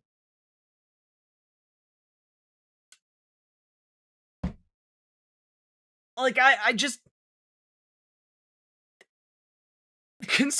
conservatives, come on! This is insane! This is wild! This is very clearly jackbooted thug bullshit. You can't say you're against big government overreach and then be all on board with arresting somebody who put his hand into a fucking pool. It's crazy. But, Donald Trump has his finger on the pulse here. Trump says multiple people have been arrested for allegedly vandalizing the reflecting pool. Let's take a look here. The United States Park Police have arrested multiple individuals for vandalizing our nation's magnificent reflecting pool. Who would do such a thing? These are very serious crimes having to do with the destruction of national monuments. Years in jail. Work will begin immediately on this repair. The President of the United States is calling for years in jail for people caught with their hands in a goddamn pool. Now, who might some of these people be? Well, let's just take a look at one of them. Cyclist arrested at reflecting pool is former Olympian who denies vandalism claims. David Hearn said he touched the pool's detached liner but didn't destroy or break or peel anything. Trump has accused vandals of sabotaging the refurbishment as paint was seen peeling and floating in the water. Yet, there's no evidence, by the way, that any of this was vandalism. But Donald Trump's history of contractors doing labor for him would kind of explain exactly why we're seeing paint peeling now. He basically landlord specialed the entirety of the reflecting pool. David Hearn had just finished a loop around Haines Point on Friday as part of a 52-mile bike ride when he swung by the Lincoln Memorial to see the refurbished reflecting pool for himself. Noticing a piece of the new American flag blue liner that was partially detached from the pool bottom, Hearn said he reached into the water to see what it felt like. Moments later, as the Bethesda man prepared to leave, U.S. Park Police officers arrested him on a misdemeanor charge of destruction of government property, scheduled to appear in D.C. Superior Court on July 9th. Like, it's nuts. And this is spread through, like just sight unseen. Conservative media is painting this guy as like an Antifa terrorist. It's crazy. Man arrested for vandalizing Lincoln reflecting pool. He grabbed the hose that female National Park Service workers were using to clear the algae, wrote Emily Miller, a conservative journalist, who confirmed via text that she had filmed the encounter but declined to speak on record, which is interesting, I suppose, in this case. Yeah, I don't know. I don't know who to believe. Weirdly obsessed Donald Trump with no evidence, or a 67-year-old Olympian who has absolutely no history or reason to do anything with the reflecting pool other than exactly what he said he did. But, you know, whatever. Now, it'd be interesting to say that's where it ends, but of course that's not where it ends. This is an ongoing saga. There are so many sequels. There are so many twists and turns. The drama. The days of our lives. The reflections of the pool. Here is another post from Donald Trump on Truth Social. In describing the vandalism that took place at the reflecting pool in Washington, D.C., ABC fake news, one of the worst in the business, even paying me $16 million for past bad and inaccurate reporting, failed to report that their close friends, Democrats Obama and Biden, spent over $100 million on the reflecting pool, and it never worked. In fact, it was rarely opened due to leaks and stench. They wanted to spend $300 to $400 million, but just let it rot. I spent approximately $16 million, and it came out great, except for the vandalism, which we're now fixing. It was also a much bigger job than originally envisioned, including the outer areas and sidewalks. We're preparing lawsuits against ABC for false reporting. I like their money, which will be given to the U.S. Treasury. Thank you for your attention to this matter, President DJT. Like, this is just bullshit. Like, this is just bullshit. Like, I did try and find this. I can find no evidence that Obama or Biden were trying to spend $300 to $400 million on a reflecting pool overhaul. They did, however, spend, like, I think was maybe $20 million to prevent it from, like, literally sinking back into the swamp. And also to install an algae, filtration system that apparently Donald Trump seems to have ripped out in his in his renovation. So there are two possibilities here as we continue through this saga. Either Donald Trump, the president of the United States, is just a fucking liar, or he is just incredibly, incredibly delusional. And I think it might be that he is succumbing to dementia. All right? I think that might be the case. All right? Let's just take a quick look at some side-by-side comparisons. This was put together by The Bulwark. This will last for at least 50 years, and you'll never have a leak. It's very strong. You couldn't, if you had a knife, I don't want to give anybody ideas. If you had a knife, you can't even cut it. So strong, so powerful. It's like powerful rubber. Are the contractors who did the initial work with the reflecting pool, are they to blame for the current condition, or is it the vandals? We had vandalism. No, vandals. We have I think 290, 300-foot slit right through it. Probably a box cutter or a knife of some kind. National Guard and police. So interesting, isn't it? Have been all over the mall. How would these vandals have gotten so close to do something like that? Do you have any proof of this? I mean, we didn't have a lot of them then. Who would think that? To their credit, the Aussies lost a war to emus. Trump lost a war to single-cell plants. I mean, it's like War of the Worlds, you know? I love that in the first part of that clip, he's like, nothing could cut it. Even if somebody came along with a knife, you could never cut it. It's gonna last 50 years. And then as soon as he gets asked about it, somebody with a box cutter came along, probably. I don't know. I'm just assuming.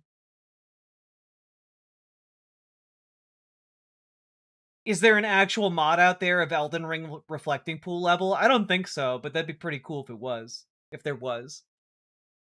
Now, I do want to tell you guys, he is absolutely crashing out anytime he gets asked about this.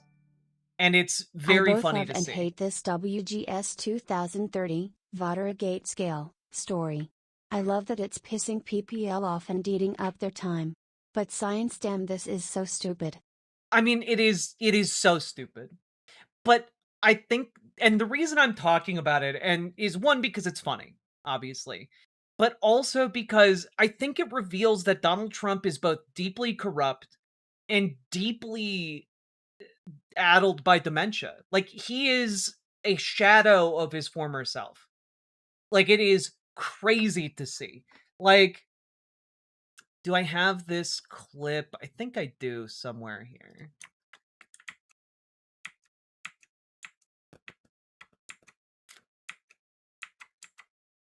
Oh, where is it? Was it here? I know I have it somewhere prepped. No, was it here? I think it might have been here.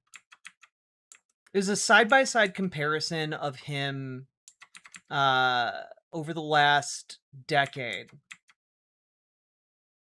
Here it is, I think. No, this is not it.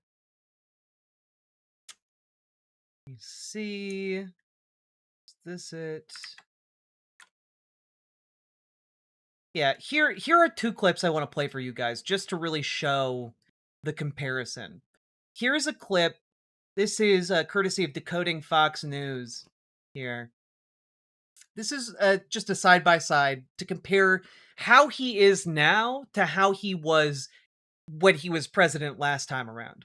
So from the beginning to the end, it was clear that this week, America's back. It's bigger and better and stronger. We're more respected as a country right now, I think, than we ever have been. And we were a laughingstock 2 years ago.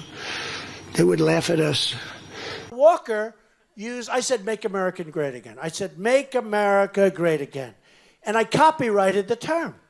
And then Walker was making a speech many months ago when he first started. And he was saying, make America great again, because he saw the response I got. We had a man that should have never been there, you know that. A man that would walk up to a podium once every year, and they'd ask him, what flavor ice cream do you like? I like vanilla. The difference is he didn't get any response, you know, so it didn't help. But we told him you can't do that. That was the first little problem I had with him. He said you can't do it. Now I said a common sense conservative, and today I heard he used the term because the press was up, and they interviewed me, and they said he's a common sense conservative. Well, then he'd try and find the stairs, which he couldn't find most of the time, and he'd leave. This is very unfair reporting. And then you said you didn't know about that. You didn't know there was something wrong. I coined the phrase a few months ago, but that's what I am. I'm a conservative person. I'm very, very conservative on the military. I'm very conservative with our vets and on health care and on lots of things. You didn't know there was something wrong. He looks like fucking Bilbo after he's given up the ring. Like, it's crazy. He is deteriorated so much. Like, even if you are someone who is in, like, the pro-MAGA, pro-Trump camp, this is, like, you have to admit, there's a possibility this guy is not all there. I need a man to hug and kiss.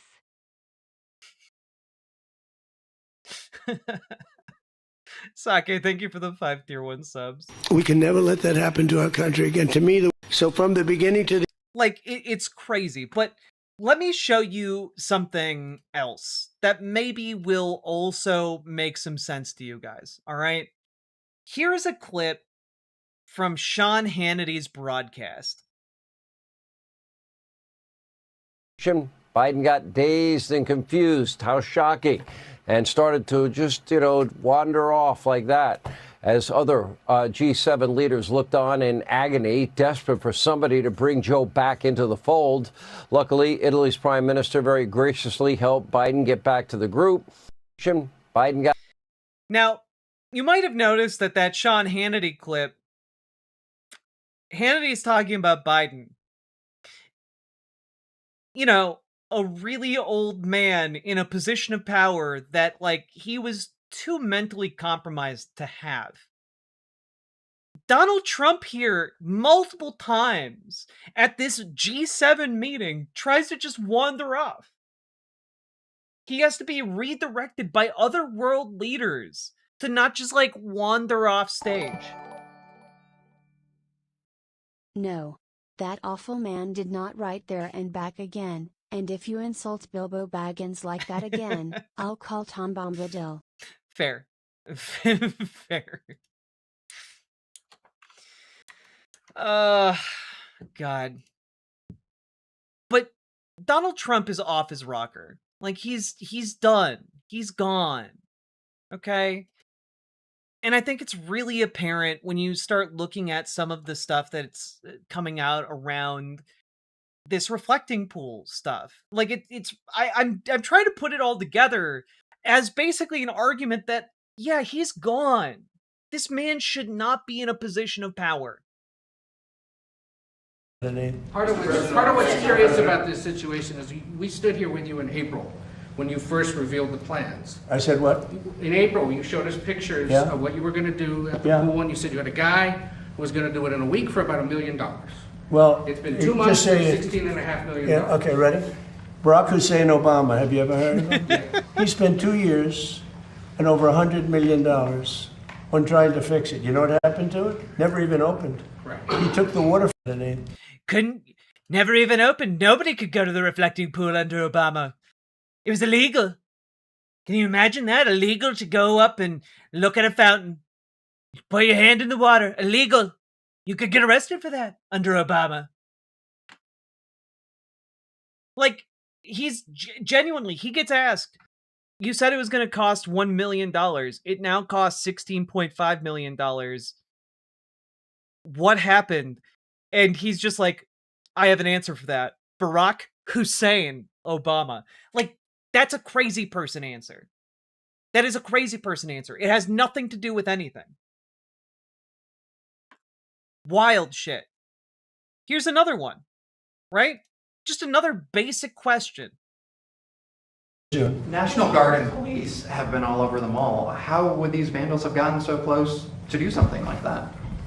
Do you have any proof of this? I mean, we didn't have a lot of them then. Who would think that somebody would go into a pool and take a knife and start cutting it? But do you have proof of that? Yeah, we have you proof. Photos or videos? Well, let's put it this way. National.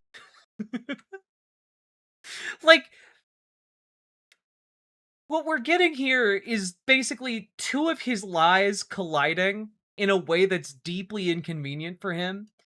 Now, I want you all to just pay attention to his face here. How would these vandals have gotten so close to do something like that?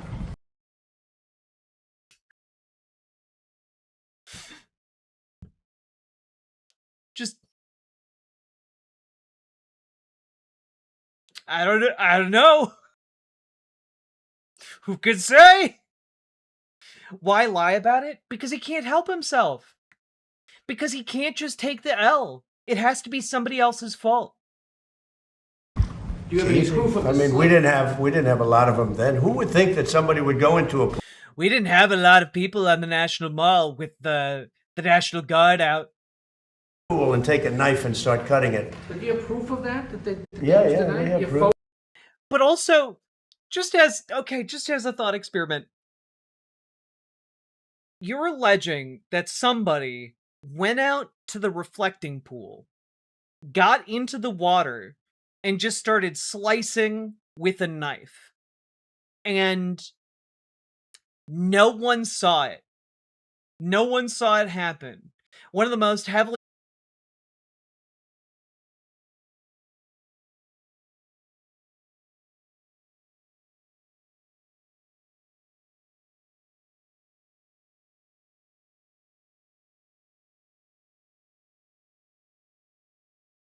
We're back? Oh no, did vertical happen? Now it's vertical. Here, hold, I'll fix.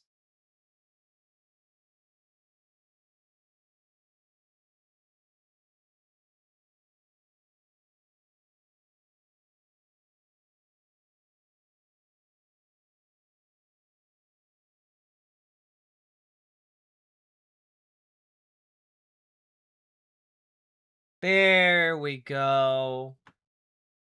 There we go. Sorry, folks. God damn. We are so back indeed, Billy.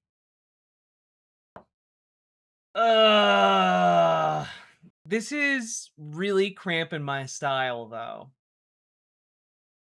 Like, I shifted another setting, and it might be that my streaming software was processing with GPU, so I switched it over to processing with CPU. We'll see how that goes. Hopefully it fixes the problem. But god damn, is this frustrating. All right. Sage isn't that expensive. I have some sage. It's not down in the basement.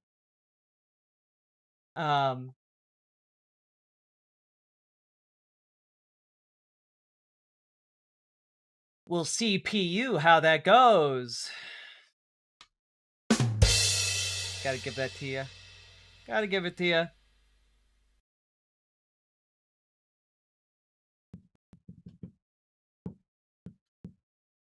I'll try to stop eating your VRAM. I don't know what the problem is the issue. Like, I have a good GPU and I have a good CPU. And I'm not entirely I have good memory. I'm not entirely sure what the issue is, short of like frankly short of just having too many goddamn tabs open. Like, maybe it's because I have so many tabs open. It's literally in the hundreds. But we'll see if shifting this up and what exactly crashes. It's the it's the program. It's XSplit. Like, what winds up happening is like there is a big kind of slowdown spike, and then the window freezes, and then it just crashes, right? And so I think what's happening is I could check the computer logs, but I don't want to do that right now, you know. But I am thinking that it might be a tab issue. Specifically because I know that there is an issue between specifically how XSplit interacts with web browsers and websites, and there might be like just running into a conflict there, you know. The problem is I have a lot of RAM, so like it's I have no idea what it could be.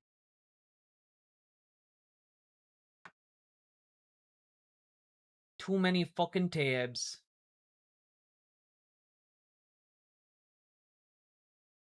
History cleaning time? Maybe.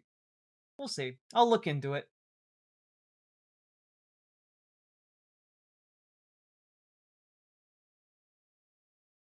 Maybe I do need to a lot more RAM or VRAM to XSplit. That could be. I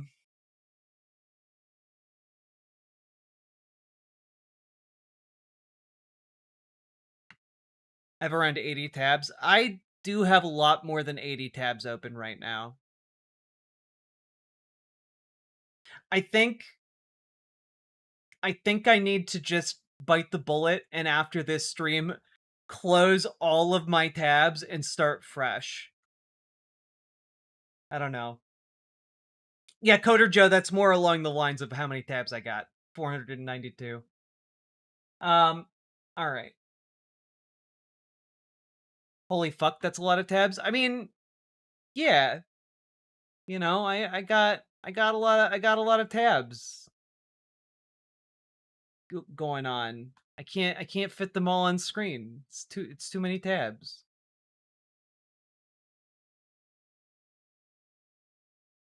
Yeah. All right.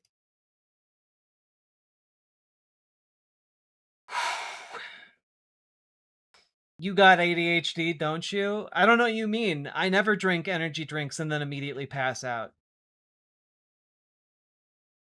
I don't know what you don't what stop it.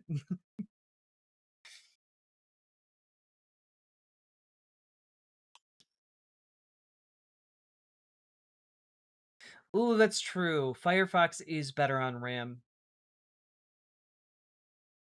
I didn't even see the other side. Yeah, it's because there's a lot of other stuff over here. Yeah. All right. Heirloom tabs inherited from the ancestors, indeed. All right. Let's get back on track and at least finish this this segment. All these hardware crashes are really messing with my flow.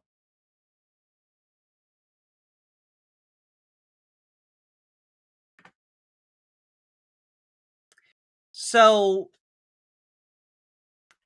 Donald Trump is going crazy. He's cuckoo for Cocoa Puffs. All right.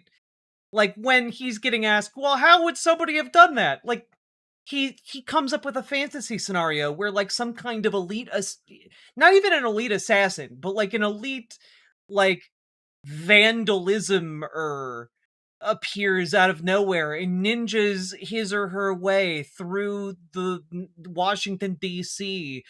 Most heavily patrolled area on Earth and like goes into the reflecting pool like Solid Snake and then like cuts the bottom of the pool and then exfiltrates.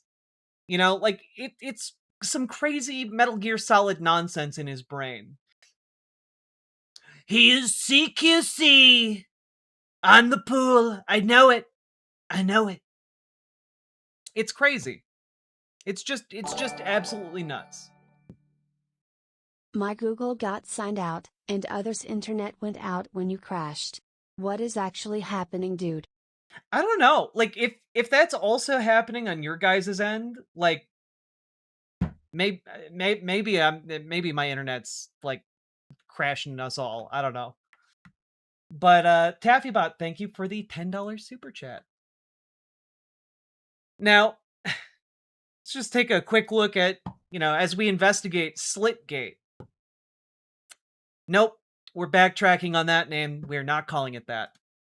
Let's put it this way. When you have a 350, I think it's 350, not 250, a 350-foot slit from one end to the other, you think that's proof? You think that's proof? That's not proof that it was made with a knife. It's not proof of anything really, other than that there's a slit. It could have happened for any number of reasons. Down there today looking for that slit that you mentioned, and there's no evidence of it. All you'd have to do is see the Parks Department. They'll show it to you. Or see the secretary. But I saw it. They cut it. They cut it very violently. They cut it very violently. One of the worst looking violent slits I've ever seen. Just horrible. Brutal stuff. Same thing with the floor. They cut it. And then they lifted it. They pulled it. And that's what it is. And, we've done over 50 monuments. Let's put it. I just, like, this is weird. Like, this is weird. Right? And, like, not only that, but, like, they put up a fence around part of the reflecting pool to keep people away from the pool. It's weird. You don't need to do that for, like, a basic remodeling of a reflecting pool. Like, this is genuinely, "Okay, Grandpa, let's get you back inside" territory. It's crazy. What are the odds someone in his cabinet made an AI video of someone cutting the pool and showed it to him? Honestly, not zero. It could genuinely be how they get him to say and do things every day in this White House. Like Ronald Reagan and the jelly beans. It's crazy. And of course, it doesn't end there. Because TMZ, of all places, is reporting that apparently Donald Trump had AI surveillance cameras go up around the reflecting pool. So now we've got security cameras, we've got fences, we've got every damn thing. They got troops on horseback. They've got, people with assault rifles going around. Like, it's literally like a military encampment now. It's absolutely insane. I've never seen anything like it.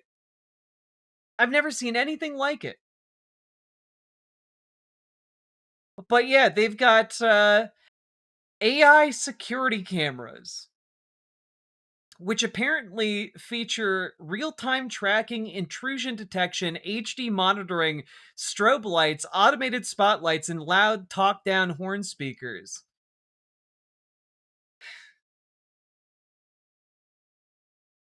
I'm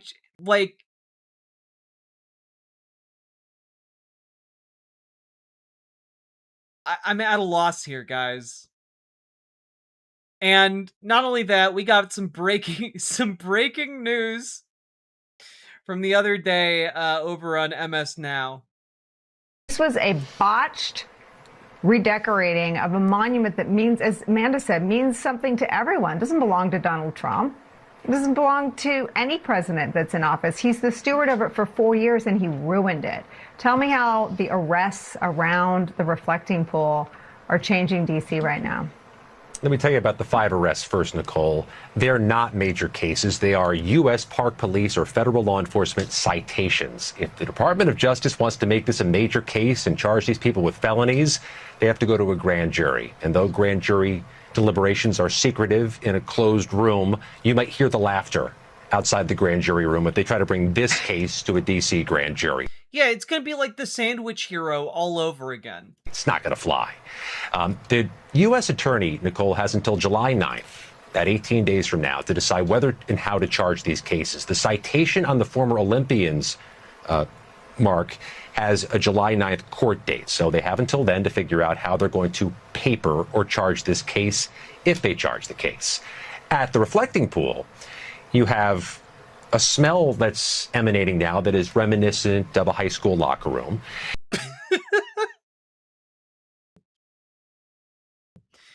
That's the smell of freedom, Mark. That's the smell of freedom. If you don't like it, you can get the hell out. You have a police force and National Guard presence that is profound. It's never bad to have federal law enforcement near a gathering place, and a lot of people are gathering there to rubberneck at the damage. But it's like a jewel heist from the Muppet Caper going to happen. You have so many police hanging out there, and it seems to be a misappropriation of resources. I'll tell you, Nicole, people in... Hell yeah, I would watch a Muppet movie about the Muppets going on a road trip to swim in the healing waters of the reflecting pool in DC. That they have to overcome the National Guard for some reason. Yeah, it's a perfect Muppet movie. DC, like the restored fountains that populate the rest of the city, Trump takes credit for that. But I know a week ago tomorrow, DC voters unanimously, no, I shouldn't say unanimously, overwhelmingly nominated Democrats for office from D.C. who were emphatically opposed to Donald Trump and all his projects. This was I just had to get the Muppet Caper line in there. I thought it was really fun. And this is where we then get to how this is actually starting to spiral out into the wider political space. Because if Donald Trump was at the peak of his powers, at the peak of his influence, if he was able to be more articulate and more cognizant of his surroundings, he might be more aware that he's in some degree of political peril here. And what I mean by that is his addle-brained focus on the reflecting pool and his lack of care or concern really about what's happening with the Iran negotiations. Like, he's not even participating in them personally. He's sending JD Vance while he focuses on the reflecting pool issue. It's weird, right? And this is, of course, when you combine that with the $1.776 billion slush fund he tried to give himself, when you start combining it with a lot of the other things that are making people nationally, and not just Democrats, but a ton of independents and a not insubstantial number of Republicans, very angry, well, his support is starting to come apart at the seams a little bit. This piece in Semaphore from yesterday, Republican senators start to question Trump's audit immunity deal. Now, for those of you who remember this $1.8 billion 1776 slush fund deal, part of it was a deal with the IRS essentially declaring that they will never audit Donald Trump or anyone in his family ever again. You know? And when Semaphore started talking with Republican senators, turns out they're not too happy about this idea. 5 GOP senators told Semaphore they have questions about last month's agreement by the Justice Department to shield Trump, his family, and his businesses from IRS audits and prosecution. Some of them said they outright oppose the audit protection. The issue could affect the confirmation of Trump's Attorney General nominee, Todd Blanche. Senator John Cornyn, who just got backstabbed by Donald Trump in the Texas race, said Blanche promised to get him a briefing on the deal with a recent private meeting ahead of his hearing next month in the Judiciary Committee, where Cornyn sits and Republicans' one-seat majority makes every vote pivotal. John Cornyn now is heading out the door. You know, he's done. So Donald Trump, by meddling in the Texas race, has effectively made an enemy of John Cornyn. And now John Cornyn doesn't give any fucks, right? This piece does not get written. These Republican senators do not talk to press unless they are trying to convey something to other Republicans, right? And all I can say is that I don't like either of these people, but I'm also glad that they're fighting each other, right? Let's take a look here. Cornyn isn't the only lawmaker seeking more details on the agreement, including whether it could preclude future audits or of past filings or touch only certain past filings. Senator Bill Cassidy, Republican of Louisiana, told Semaphore he expects senators to offer amendments repealing it, adding that he absolutely disagrees with it. Quote, no American should be above the law, not even the president, and maybe even particularly the president. Which is an interesting thing to say to the press about Donald Trump. Susan Collins, feeling the pressure from her challenger up in Maine, is also of the opinion that the IRS should take a look at it, along with the Finance Committee. So this is running into some significant pushback in the Senate. And also worth noting that when we're talking about what's happening in the Senate, that has wide-ranging effects. It's not just on this issue that Republican senators are willing to start bucking Donald Trump, because keep in mind, a lot of them are going to be around after Trump is out of office. And they're all now looking ahead and realizing, well, these midterms are going to be real rough for us. We have to look out for ourselves going forward because Donald Trump ain't helping. He's gone. He's off in La La Land thinking about that reflecting pool, right?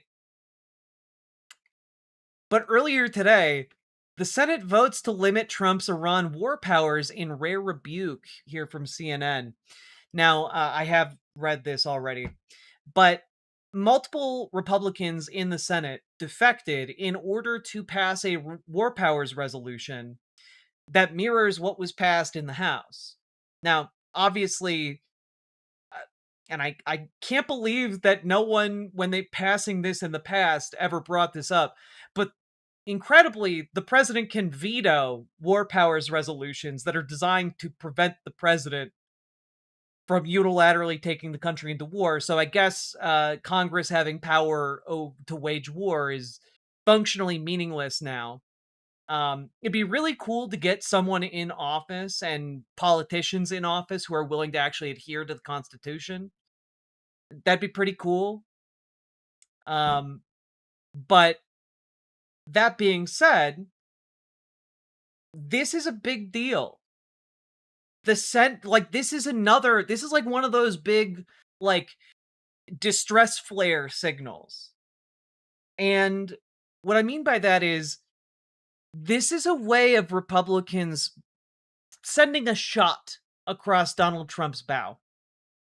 This is not a good sign for his ability to get anything done in Congress. And it's also not a good sign because if enough Republicans flip on him, especially after the midterms, not just right now, but if Republicans are already this discontent with what Donald Trump has done, looking ahead beyond the midterms, there is a world where these people could get their chance to go full Brutus on this Julius Caesar. And Donald Trump is not making many friends in Congress right now. Okay? So it is interesting to say the least.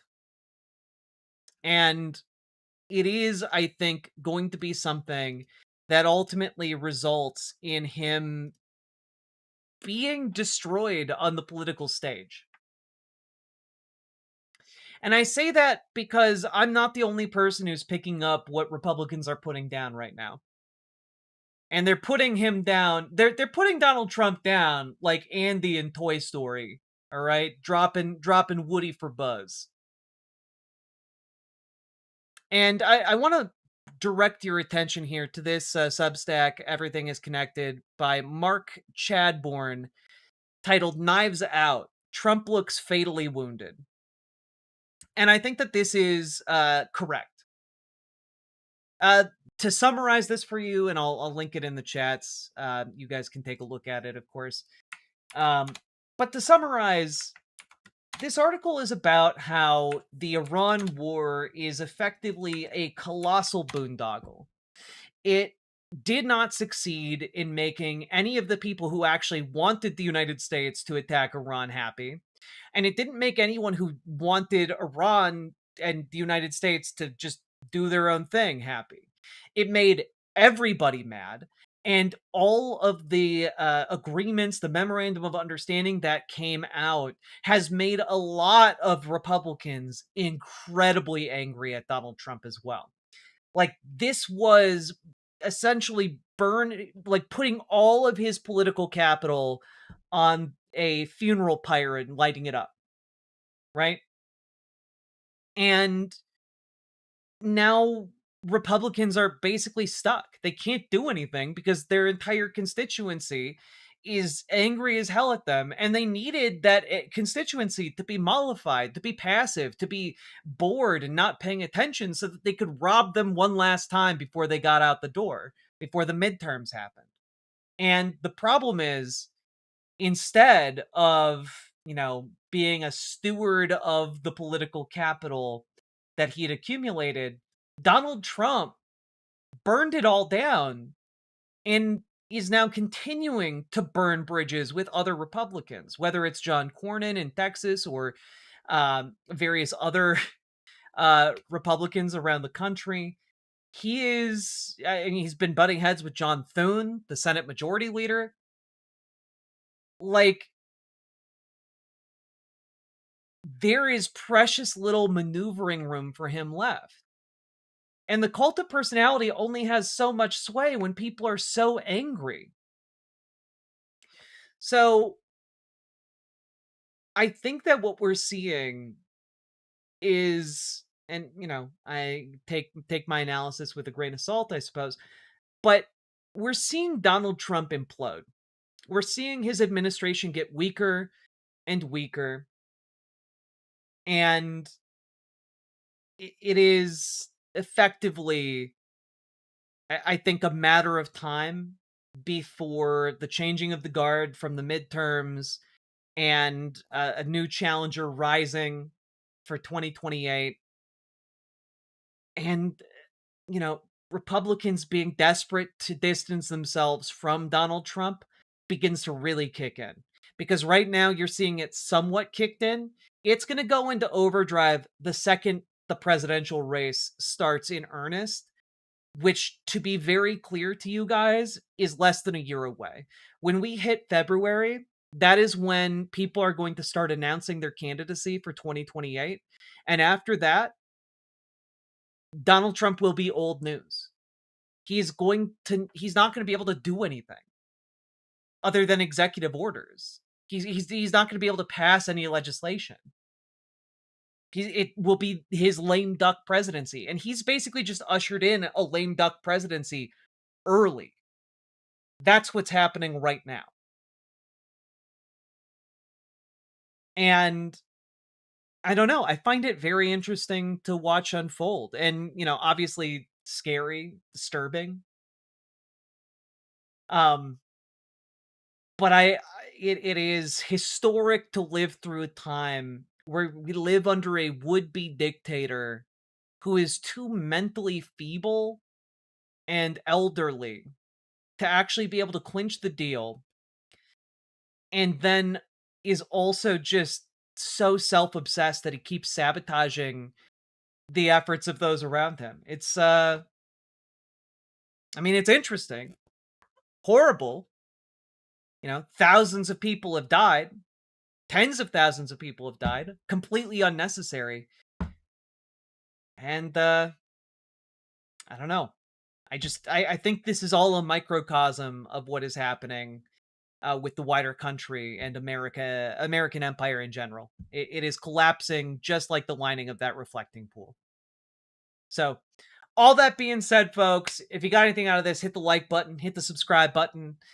Leave a comment. Let me know what you think in the comments. And also, dude, get involved. Get organized. Join your local Dems. Join your local DSA. If you need help, reach out to us. Join our Discord. Reach out to GamerG for help with DSA. Reach out to Dragonfly for help with your local Dems. We can help get you started. We can help get you connected with your local area political apparatus. And we can also help you figure out how to navigate that new ecosystem you're in. You can do it. You actually have a lot of power and agency when you get involved on the local level. It just takes showing up. So show the fuck up. All right. And last but not least, check out ImogeneOlivia.com. Gender euphoric lingerie designed from the ground up for trans femmes, tested with cis men, cis women, non-binary folks. It is comfortable, sexy, non-tucking lingerie. Go check it out. ImogeneOlivia.com. Link down in the description. Let's keep on going. Does the DSA have dues? Yes. But also dues waivers if you cannot afford the dues. And also the dues are on a sliding scale. So, oof. Folks, we did it. We made it through. I have no idea how long this stream has been going because each time my stream crashed, it reset the clock. So I have no idea how long we've actually been going, but it is 2:23 in the morning. So I think I am going to go to bed now. Unfortunately, we did not make it through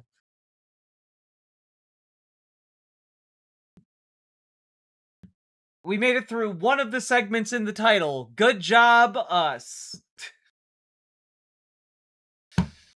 All right. Still a good show. I'm glad you guys have still enjoyed it, even tech issues and all. The crashes do eat a bunch of time. They eat a bunch of time, and I don't do well with having to stop and then restart trains of thought. It takes me mental time. So, apologies for that, folks. I will try to be more timely tomorrow. And, we haven't had another crash, so maybe this has fixed the issue, but I'll continue to look and see what I can do to make sure crashes don't happen again. Thank you all for being here, and I will see you all tomorrow. Bye. Goodbye. Goodbye.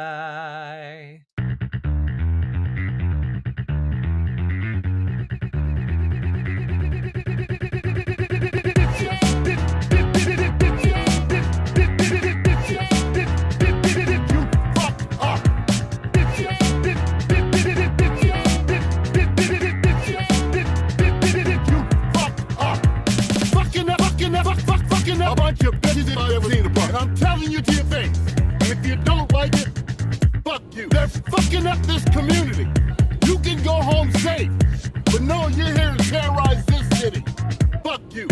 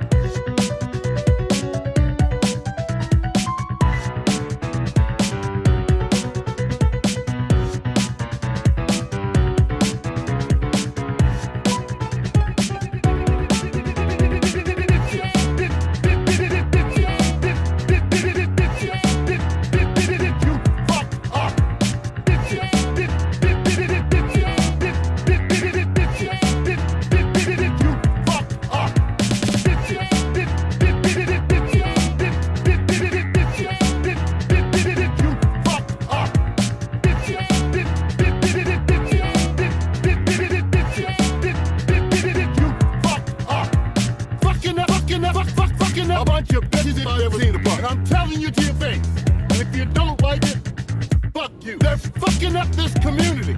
You can go home safe, but no, you're here to terrorize this city. Fuck you.